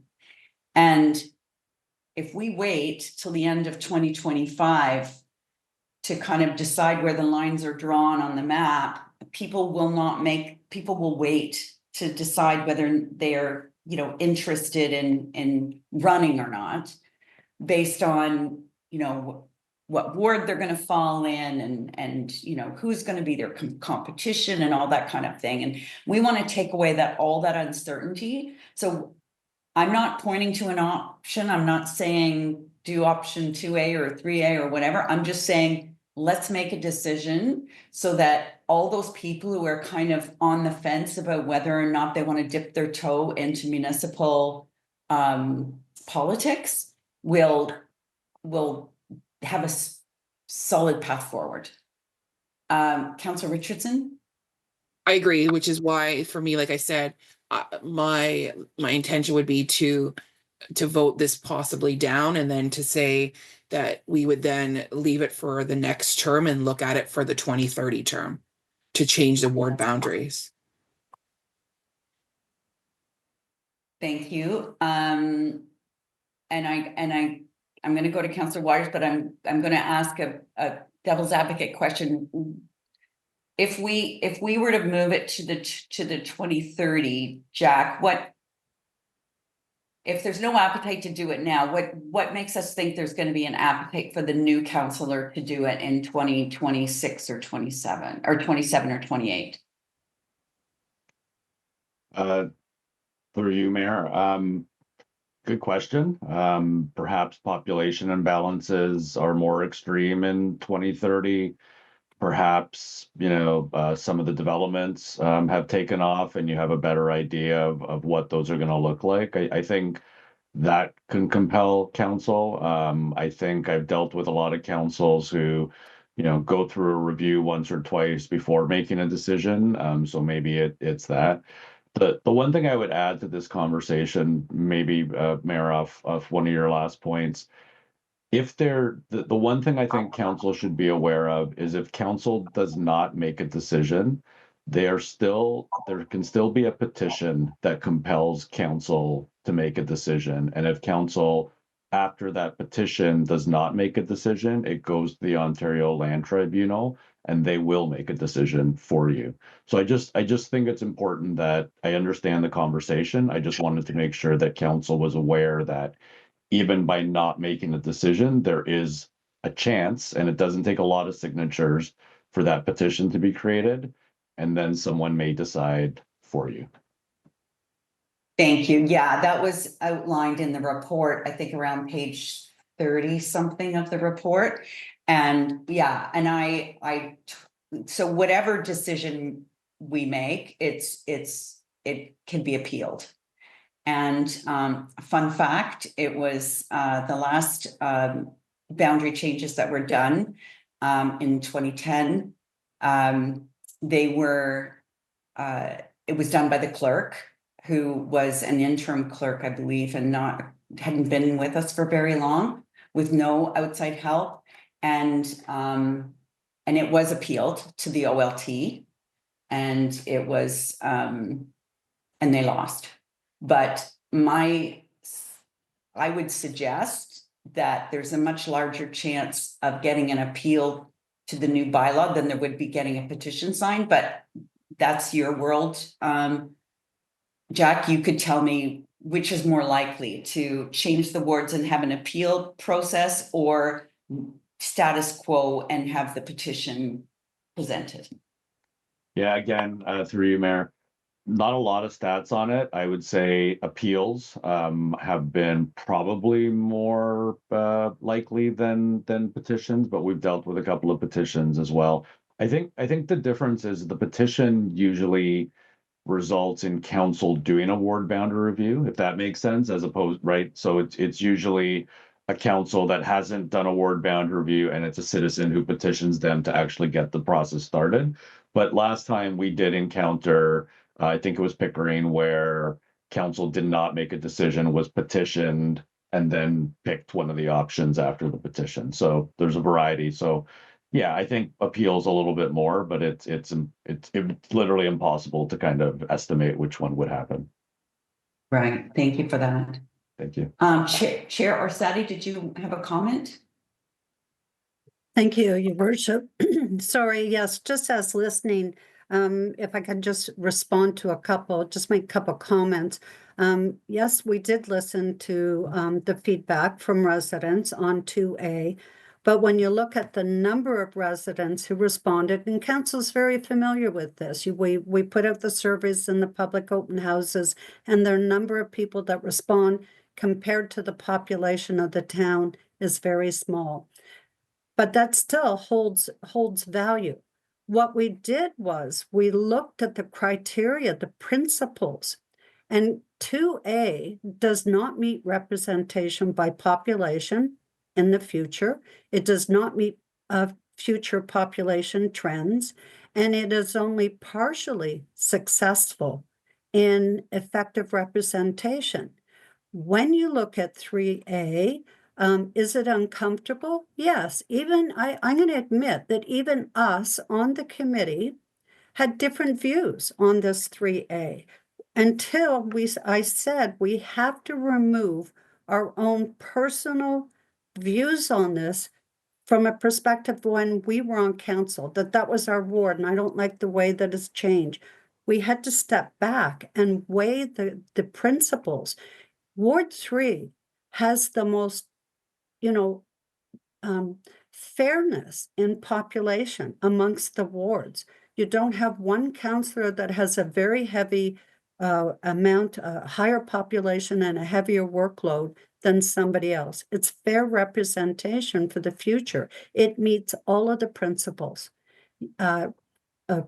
Representation by population, future trends, protecting communities, respecting the natural and physical boundaries, and effective representation. We did discuss the rural and the agricultural. And the reason that we felt that this was a good choice, because the research and all the data is showing that and you know that all the growth is happening in the Alcona settlement area. There is no growth happening or projected at this time for the agricultural and rural area. So if there's no growth, then we have to balance the other areas and increase the representation on that one. And that was why we viewed that. We struggled with it ourselves, the same as you, but we worked through it with the guidance of Watson and Associates. And that was why we chose 3A. And it is difficult. And the more that if you delay this, sometimes we can look at, we'll put it on the next council, then the next council may be 5 of you, 3 of you may remain. It could be a different council that is going through now the struggle of trying to understand that for the next election that they're in. Those are just my thoughts that I want to share. and what we went through. And Jack, and to add to that, so it's not that we are not listening to the residents for 2A, it's just that when we compared the principles, it did not achieve the goal of why you hired the consultants and to review and look at the parity amongst the wards. Thank you. Thank you, Chair Orsatti. And please, regardless of what happens here tonight, I want to thank you and the members of the committee very much for putting in so much work and effort into this. There's, it's kind of like public art. It's so subjective and it's so difficult. There's nobody's happy with nobody's 100% happy with any of the options, but thank you so much for doing your very best and putting these different options in front of us. So last chance for comments or questions before I call the vote on this motion. Were you voting, Deputy Mayor Fowler, or did you want to speak? We're looking to add a point. Just something simple at this point in time. We ran for office, and I understand everyone's concerns, and I really do. But we have to adapt with the town. We have to go outside our comfort zones, and we have to grow with the community. Keeping things the same for an additional 4 years, putting it to the next election, the way the growth is occurring, it's not going to be reasonable. It's not going to be fair to every councillor. It's going to be very unbalanced. And I think ultimately, this is what we got the people in for, to tell us this is where the growth is going to happen. This is what we're going to do, to say that. And I'm not identifying any specific person on council. I'm just saying that if you want to stay in a certain space while the rest of the world changes around you, if it doesn't affect me, then that's okay. It doesn't seem right to me. I think we all have to grow. We all have to change. We all have to adapt. We don't have to take 2A. We don't have to take 3A. We can make alterations. Put forth an idea. Just tell everybody what you would like instead, what you would like to change. That's what we're here. We're having this debate after all these open houses, after all these surveys.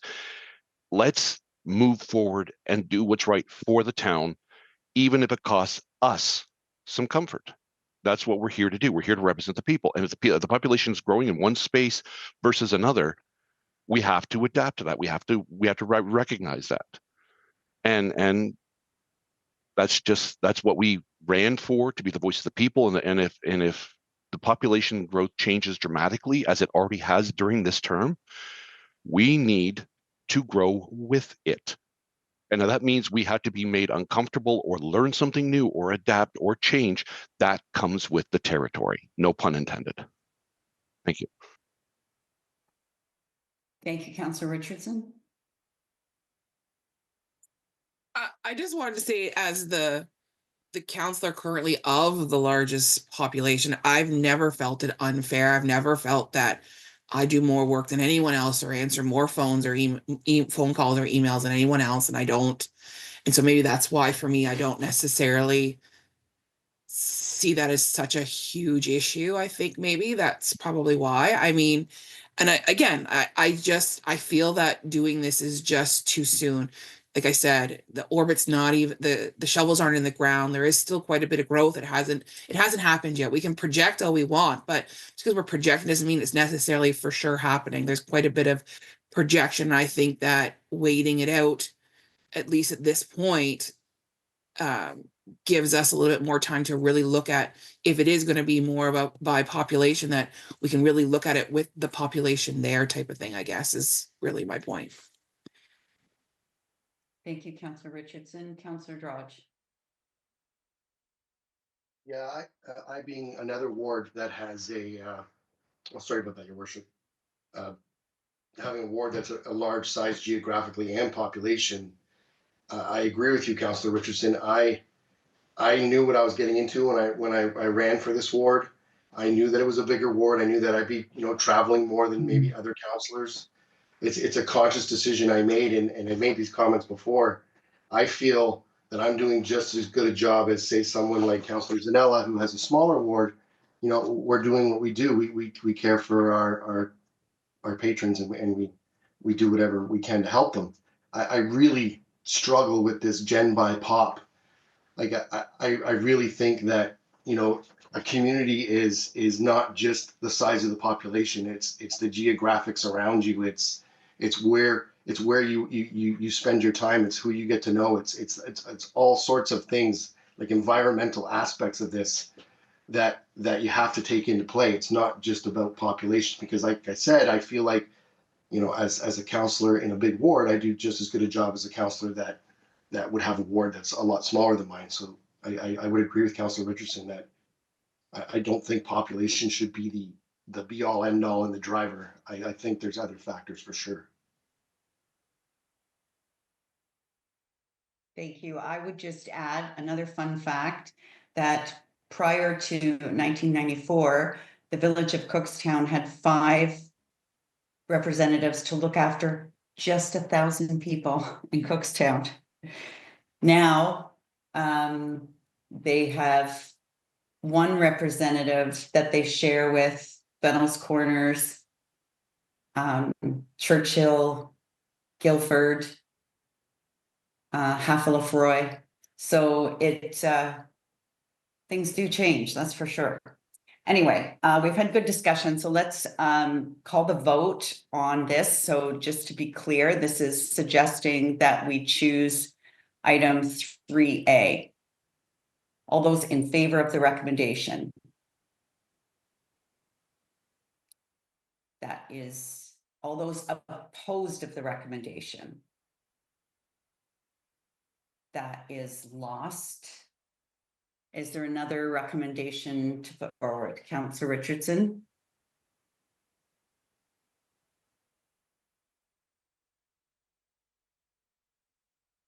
So again, I'd like to put forward that maybe we wait and review this for the next, like the next term of council would review this and leave this for now. Can I ask the clerk to help with the wording of that? Sorry. And ask if you have a seconder. Councillor Drodge, thank you.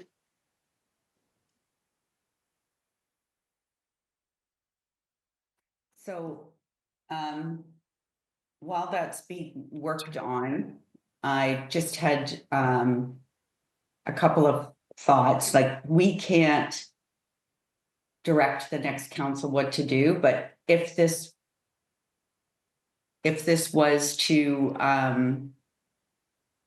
move forward, my preference would be to deal with it very early in the term and not late in the term. I think that it would be easier to do it early in the term. The other reason I could probably support this is because we are doing a whole official plan review this year. So we will, by the end of this year, know if there's any amendments to where the growth is going to be. We are doing an environmental assessment on the wastewater treatment plant in Cookstown and how much capacity that comes up with will definitely have an impact on growth in that area too. So just a thought. So I'd ask Councillor Richardson, Councillor Drodge, what you think about the wording of the recommendation on the screen. I'm okay with that wording. Thank you, Ms. Toma. Yeah, Councillor. I'm okay with the wording also. Just to be clear though, this is just to bring it back with all options available, not bringing back 3A as the only option when it comes to next term of council, correct? Ms. Toma? Thank you, Mayor Dolan. Yes, it's for the committee summary to be received and that the Watson report as a whole be brought back to the next term of council.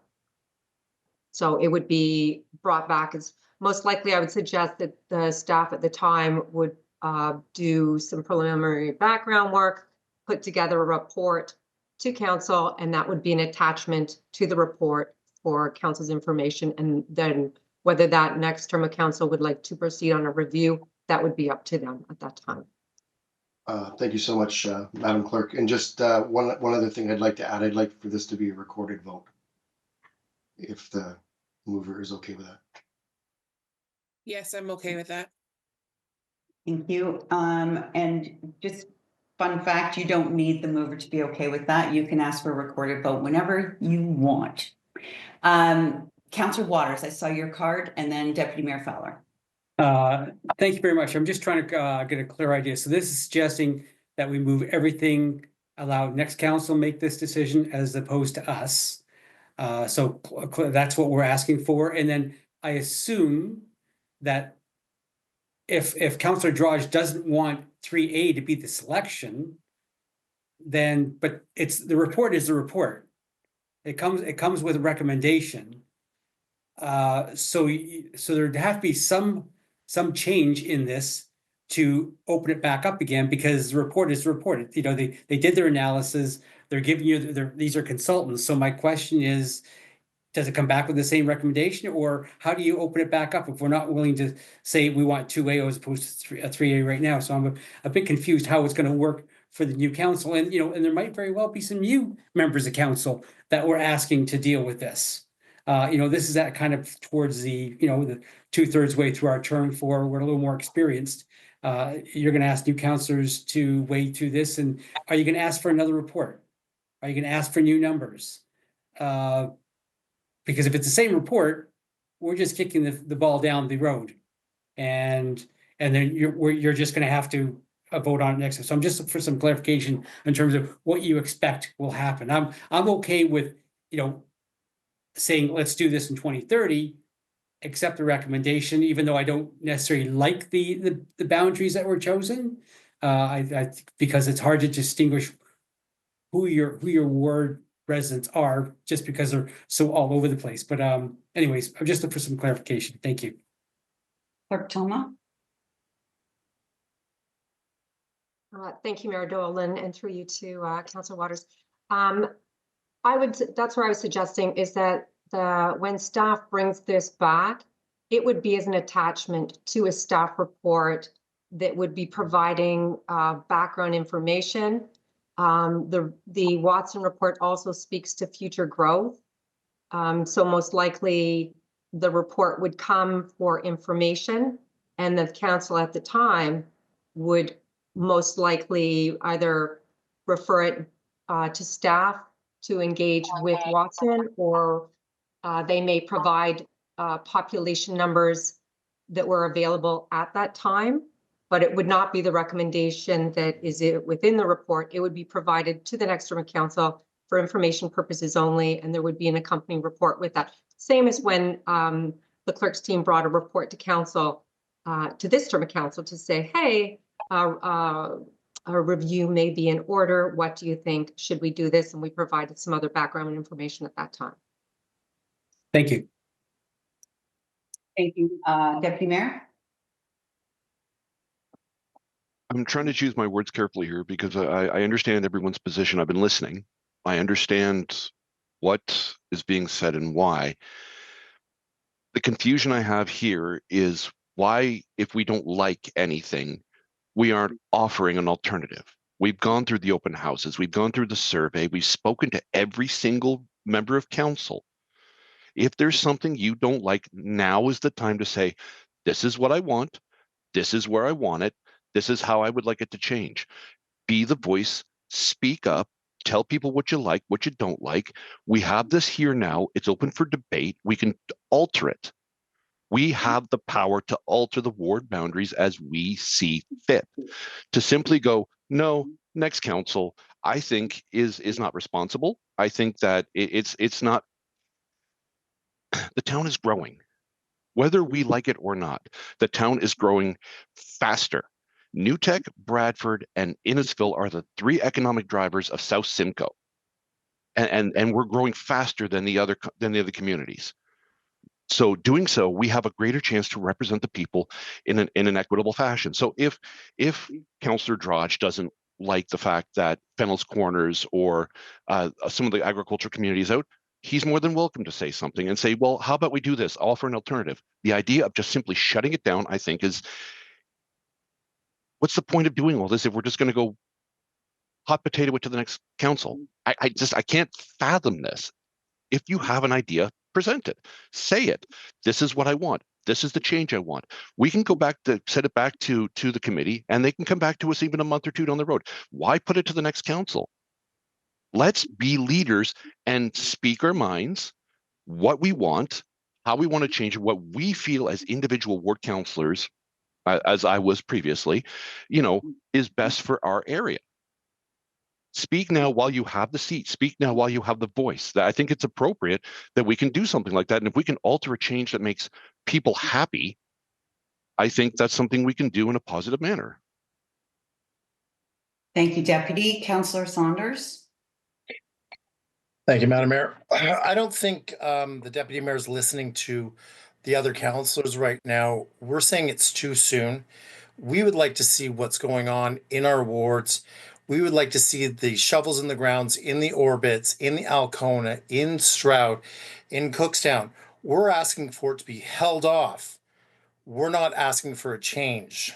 And if we want to put it off to the next council, then so be it. That's what we're saying we're going to do.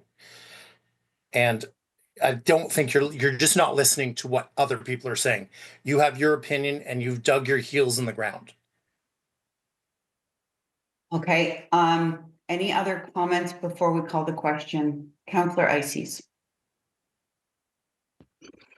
Thank you, Your Worship. Yeah, I guess I would add to what Councillor Saunders is saying. By council making this decision is not a lack of leadership or a lack of vision for the future. I think we're saying that the status quo is working. We've got a councillor with the largest amount of residents in their ward saying, I don't see this as a problem right now. Right now, the ward lines are known by most of the residents. There's a clear dividing line. For myself, Ward 1 goes to the 20th Side Road. It goes down to the 5th line. It's the same for the other wards, especially between Ward 3 and 4. We've got Innisfil Beach Road dividing it straight down.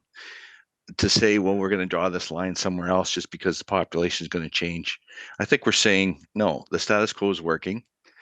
That's a definite decision. That's leadership. I don't see a void of that here. So that's where I stand on this. Thank you.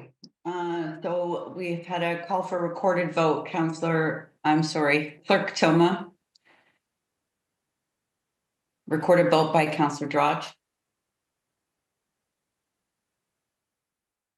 Okay, the recorded votes are in randomized order. When I call your name, if you could say yes or no, that would be appreciated. And we're voting on the motion that is visible that the item be referred to the next term of council for review prior to the 2030 municipal election. Councillor Drodge. Yes. Councillor Waters. I respect the people who did this report. I think there's a need for proper representation, but I think it can wait until the next term. I'm really torn on this one, and I appreciate all the work that they did. But I think I'm going to hold on. Just your vote. Sorry, Yes. just your vote, Councillor Waters. Debate's over. Thank you. Yes. Thank you. Councillor Ices. Yes. Councillor Saunders. Yes. Councillor Constantine. Yes. Deputy Mayor Fowler.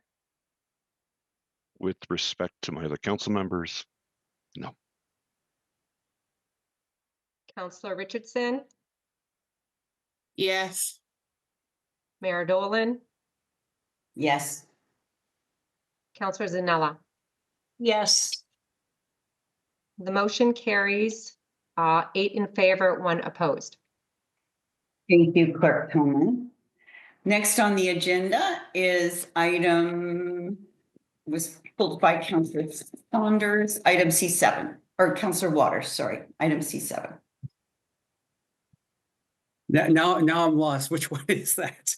That's the Dog Beach Park noise study. Thank you very much for that. I was still on the last debate. I have a question for staff. It's suggesting that that they did a study, they found that the dogs' noises were too loud. And which I kind of approached them at square one because I had a lot of those phone calls and found out it is the case. And now they want to shut it down because the trial period is over. However, in the master plan, the Innisfil Beach Park master plan, it does call for a dog park, but further away from that area. And they suggest that I think is in page 2, paragraph 3, that that the master plan doesn't consider a dog park when actually it does. So are they just referring to that the next phase does not request they can't build it into the second phase? It's in the third phase of the plan, because that's where it is, because it is there. So my concern is that we're going to tear it all out of the ground, and then we're going to wait a few years, and then we're going to put it back again. And so it's kind of hit and miss here. So I'm just trying to be a little more consistent in terms of, are we going to have a dog park or on the lake, or are we not going to have a dog park? So if we're going to have a dog park, can we move it up to phase 2 and not phase 3? So that's my question. I'm not changing this at all. I'm just asking questions. Through you, your worship, to Councillor Waters, Meredith Goodwin, Capital Project Manager. Yeah, so it's currently in phase 3, and we would still consider it. It's back further by the tennis courts where it's proposed in phase 3. So it's not up near the beaches, so the noise might definitely be affected differently. We've looked at the distances at the location that's proposed for phase 3, and it does somewhat fit in the parameters. So it ranges from 158 meters to 260 meters from residential properties. So it doesn't entirely align with the ideal distance of 150 to 280. It does exceed the minimum requirement of 150 meters. So we would look at a detailed review of that particular location when we would do it in phase 3. But we could look at it as phase 2, but that might push something else off in that. We would have to assess that. And it's something that we could look at because phase 2 is not within it's not in the next 2 years. So we could look at reevaluating that when we bring that phase 2 back to council through budget. Thanks for that clarification, but I guess I must have been looking at the wrong park plan, because it showed the dog park where I think Beach 3 is right now. It's not, it would just be down from, so I think I was looking at the hybrid plan. There's several plans on the website, and the one I looked at showed the dog park on the beach. It might have been relating to the beach, that the current situation that we did this pilot project on the beach, but the plan that was approved has the dog park back by the tennis courts. Okay, yeah, because the plan was never to have this dog park beside the houses where it is. It was in the original plans it was supposed to be, and I had this conversation with the director on many occasions that it was supposed to be about 150 feet away from where it currently is, supposed to be south of there. That's where it showed. It did show on the plan. So we're talking about moving the dog park completely over into the old soccer fields then. No, actually, I wonder if I could share my screen. Yeah, let's see if I can do that. Yeah, I might have been looking at the wrong park study that showed it still on the lake.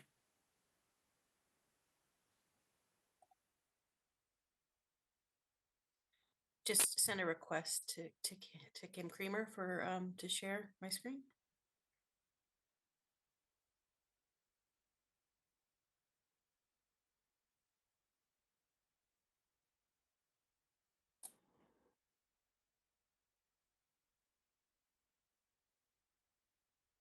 Let's try this one more time.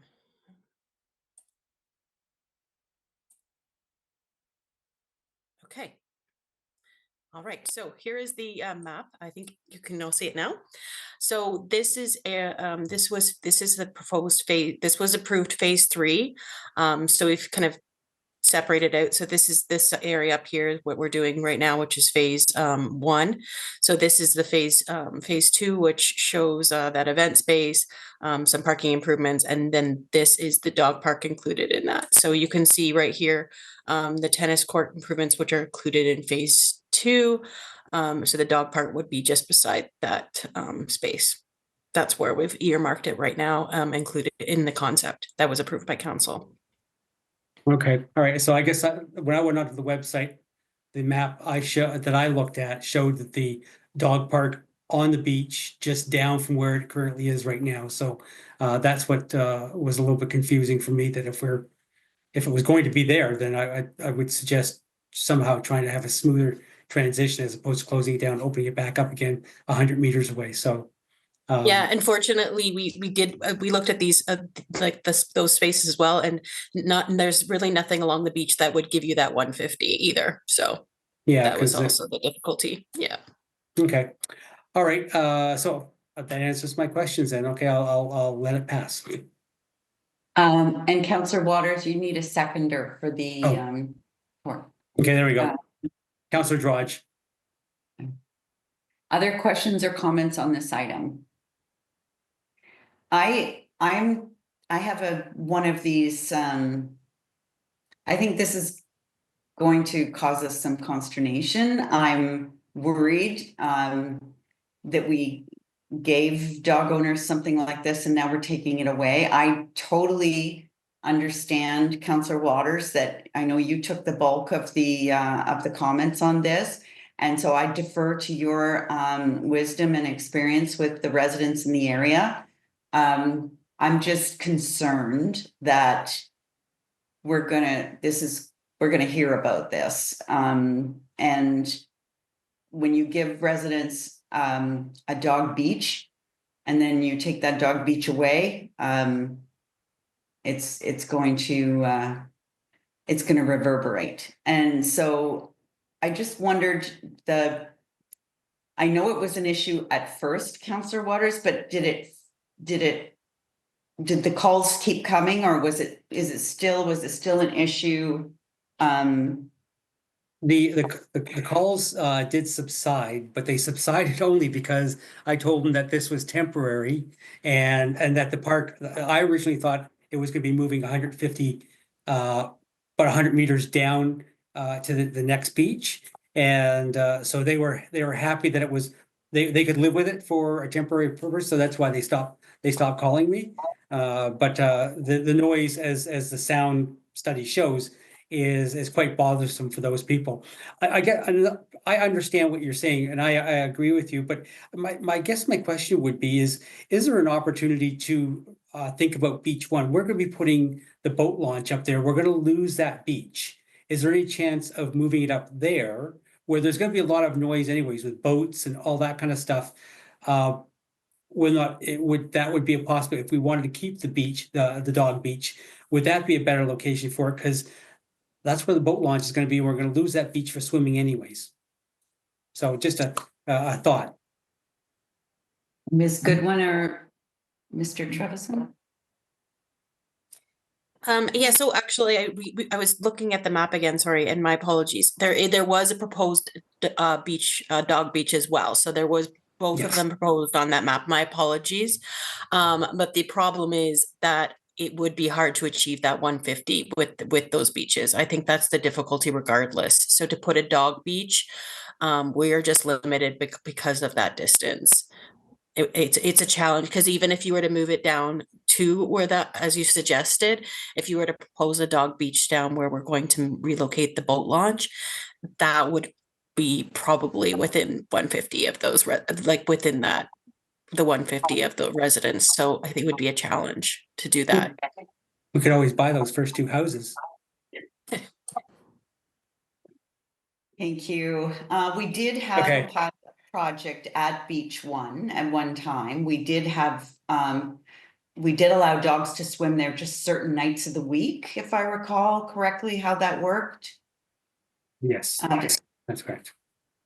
I just wondered, is there an opportunity to do something like that, even if it's not 24/7, if there's, I just think if we totally take this opportunity away, like when you give people something, you can't take it away again.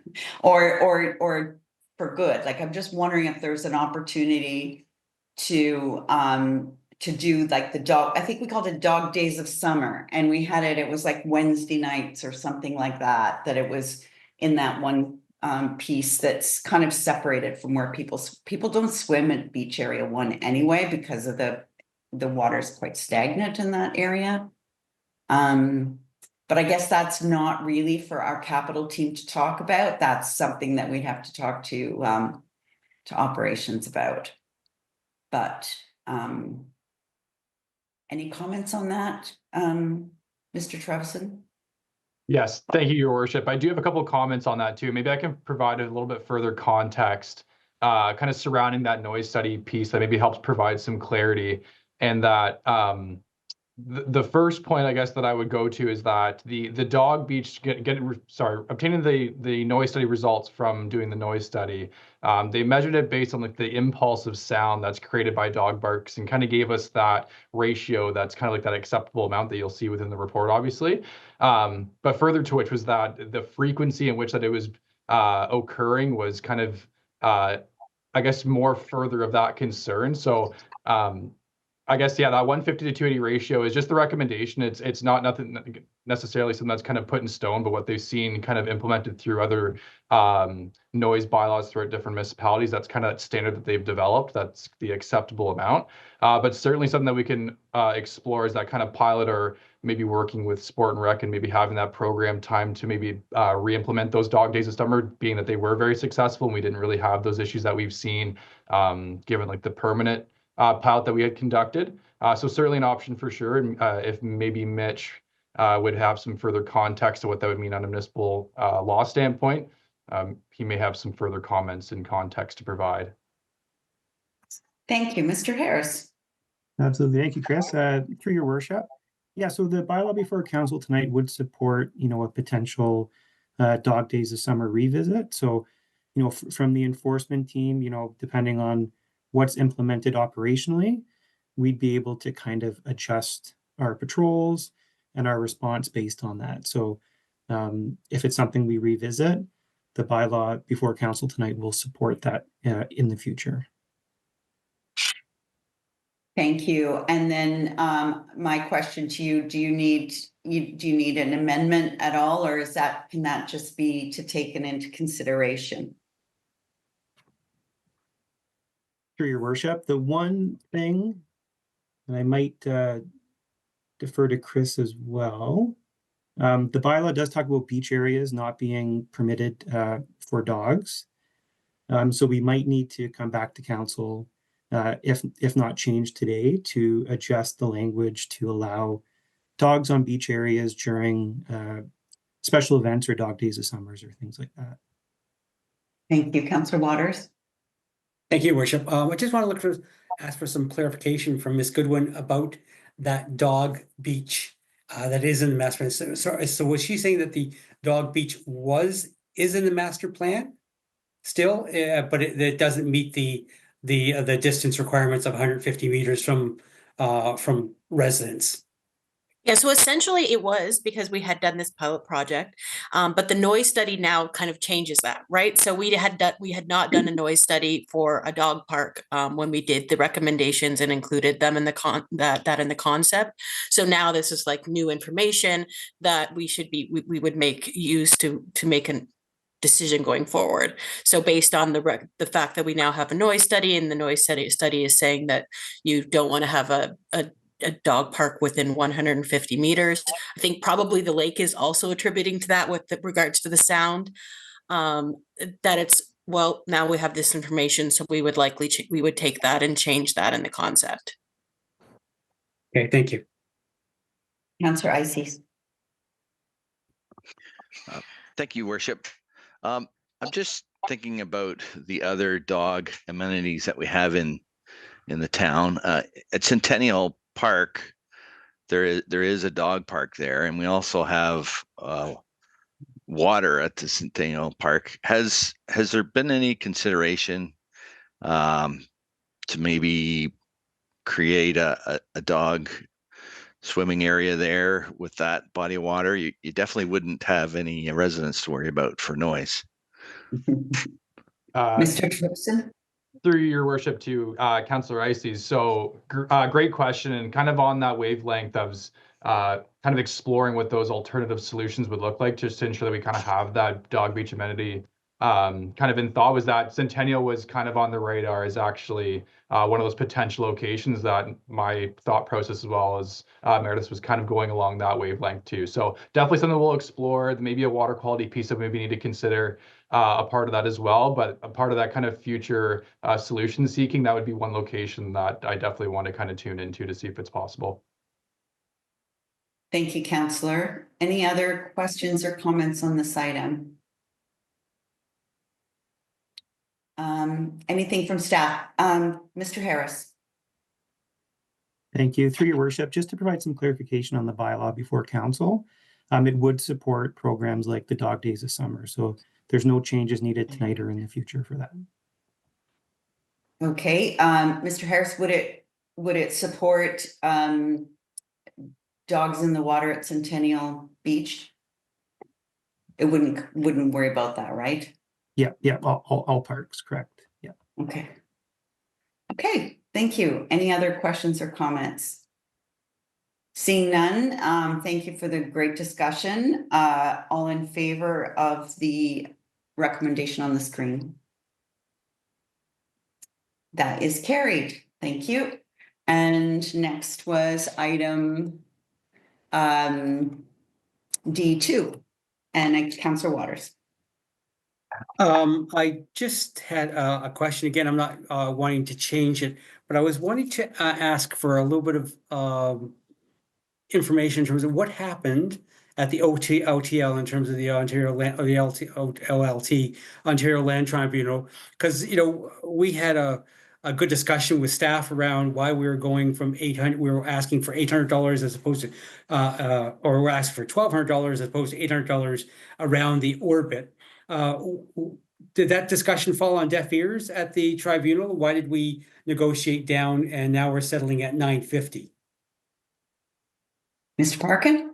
Thank you, Worship, through you to Councillor Waters. So I'll try to talk about this carefully because some of the discussion we had was in a confidential meeting, but the way that the process works with the OLT is that we went through a mediation process with the two appellants. So the town brought forward its position and heard from the other appellants as to what their main concerns was. And we came up with a amendment to the bylaw that hoped to address the main concerns of the appellants, but still maintaining as much as possible the town's original intent with the bylaw. So that's what you see attached is the compromise that we came to with the appellants, and the OLT effectively approved what the parties agreed to. But one thing I will point out in terms of the main change was to the flat rate for orbit. You'll see that there's sort of a step increase as the GO station starts to have some progress, construction, and then operation. But what's important to note is even though we have reduced that from the original number, which was $1,200 per unit, the town still has the option of, if the town believes that the property value would result in, like if we use the 4% calculation of property value, which would result in a higher amount, the town has the opportunity to use that calculation method as opposed to the flat rate. So we would make that determination in advance. We would determine if the flat rate was way off from the 4%, then we would elect to use the 4% manner. So we're not, we still have an opportunity to make sure that we're getting the proper amount based on the property value. But wasn't that always the case that we always had the choice of the 4% or the flat rate? And it was up to us. We just had to give them notice. Correct. Yep. The original bylaw did have both options. The appellants were concerned with having a flat rate at that original amount, which is why we ended up compromising with a sort of step increase based on the GO Station progress. But we still maintain that option to use 4% instead of the flat rate. Okay, just a quick question in terms of where did we pay a lot of money for consultants and they give us advice. Was their number of 1,200 really off where they didn't understand where the appellants were coming from? No, not necessarily. The issue is the town of Innisfil does not have a lot of high-rise development. So it's really difficult to find comparable properties. A consultant had to look to neighboring municipalities that have high-rise developments, and it's hard to compare the values there as here. So they did their best guess based on those, but until we have a few of these developments come online and we do appraisals, then we'll know a better idea of what those are worth. Okay, that's a good explanation. Thank you very much. I appreciate that. Okay, I'm done. Thank you. Any other questions or comments on this report? And do you have a seconder, Councillor Waters? There we go. Councillor Zanella. Thank you. So I'll call the question. All in favor of the recommendation? That is carried. And that takes care of our items on the agenda. So we'll now go to the rise recommendation. Please, mover and a seconder to rise back to, that's Councillor Saunders and Councillor Constantine. All those in favor? That is carried. Next, to consideration of adoption of the recommendations in committee of the whole, moved by Councillor Richardson, seconded by Councillor Drudge. All those in favor? That is carried. We have no notice of motion. So we'll go right to announcements, please. So we'll start our announcements tonight with Grandpa Ices. Congratulations, Grandpa Ices. I can tell you it's like the best thing in the world and you're gonna love it. I've got 6 months on you. So congratulations to you and your daughter. Thank you, Worship. I would love to compare, photos as they grow. It is very exciting. Thank you. Any other announcements? Just around the Innisfil Spartans coming up this on February 16th. There's a minor hockey day at 3:30, and also the Spartans are looking for local business donations for their upcoming playoff season to use as prizes. Thank you, Councillor. Councillor Constantine, do you have any announcements? No, Your Worship, I don't have any. Thank you. Councillor Richardson? I've got a couple. So last weekend was the Winterfest, where we got to utilize Town Square and the Innisfil Idea Lab and Library, and I love things like that. Those events that we can really connect those two amazing spaces that we have in town. It was great. There's lots of great things for the kids to do, even adults to do. The fire show was awesome, and it was a lot of fun. Congratulations to Sobeys Alcona on their grand reopen that happened on the 31st. They've got a really cool banner, not a banner, it's a painting that's there when you first walk in that just depicts Alcona, which is really cool. So if you go in, go check it out. It's really nice. February 15th is the seed packing party. So at the Lakeshore Library from 11 till 1. So they're getting ready for the planting season in the Innisfil Seedy Saturday that comes in the spring. The March break programs at the library, sign up starts on February 25th at 9:30. And I remember trying to sign up my own children for that. You've got to get on right at 9:30. So just keep that in mind, everybody. February 27th is Black History Month, a book club with local resident Roxanne Whittingham from 6 to 7 at Lakeshore. And then lastly, I just wanted to say that recently I rented the Stroud Banquet Hall, and I just wanted to give a shout out to the staff because they were fantastic that were there, and it was great. It was the first time that myself I'd rented it, and the staff and everything were great there, and I just thought that'd be great to just share that they did a fantastic job for us. So that's it. Thank you for that. Councillor Waters.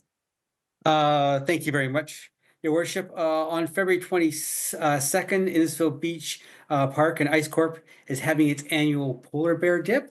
And I want to welcome all residents to dip their foot in the lake because it's gonna be no colder than last year because ice is ice. But I will cheer you on, but I will not be there in the water. Good luck to everyone. Thank you for that. Where am I? Councillor Zanella. Thank you, Your Worship. Just also to mention about the fundraiser dance or dinner and dance last Saturday at the banquet hall in Stroud.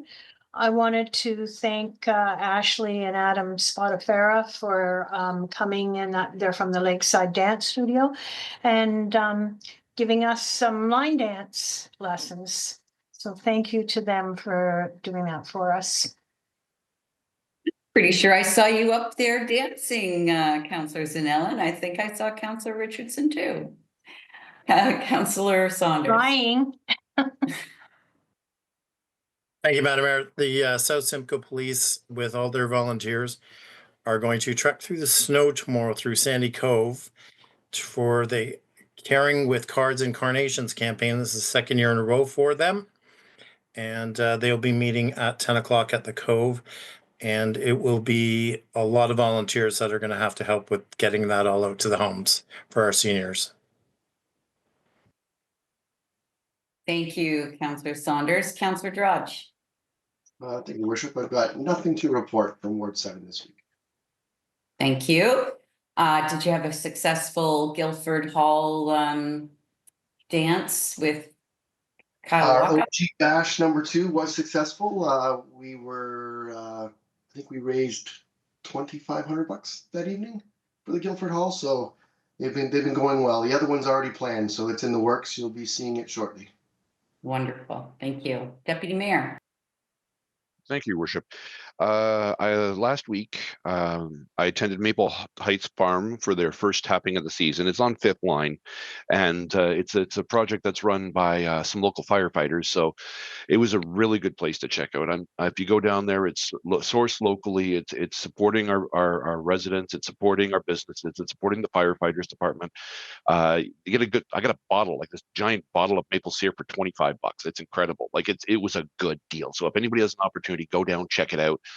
On top of that, the mayor and I were at Alcona Glen earlier this week, or last week, sorry, for Alcona Glen's On the Move campaign through the Simcoe Muskoka District Health Unit. It's where we give out stickers to children who walk to school. And it was really cool seeing everybody come up all bundled up, and they're easily getting the gloves off just to get the stickers on as quick as they can, which is really incredible. Upcoming on February 18th, we have the King Charles III Coronation Medal Ceremony at Town Hall. That's at 5:30, where we get to see and really honor the people that give to the community, those that really go above and beyond. And I think this is an ideal time to do it and an ideal way to do it. And it just shows that you put out good energy, you get it back. So that's what I have. Thank you.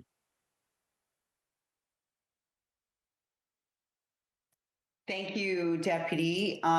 So I just have a few. I thought that the council breakfast was very successful this year. Everybody loved the bacon, and it was a really well turned out event. And I want to give a big thank you to Daniela Severino for all of her work for the winter weekends, and thought they were very, very well attended. I'm looking forward to Friday. There's going to be a lot of love at Town Hall when on Valentine's Day we have lots and lots of weddings taking place. Also happening at Georgian Downs on February the 14th, this weekend, is for people who love snowmobiles. There's the CSRA Snowcross is back at Georgian Downs. Usually they have to truck in snow. I don't think they're gonna have to do that this year.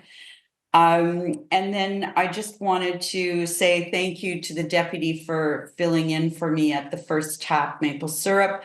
I was down in Toronto at the Ontario Library Association Super Conference and presented on a panel there. Apparently, it's unique to have library boards and councils that get along so well as Innisfil does. So I was happy to share that, how we do it here in Innisfil with libraries from across, actually Canada. There was libraries from all over Canada there.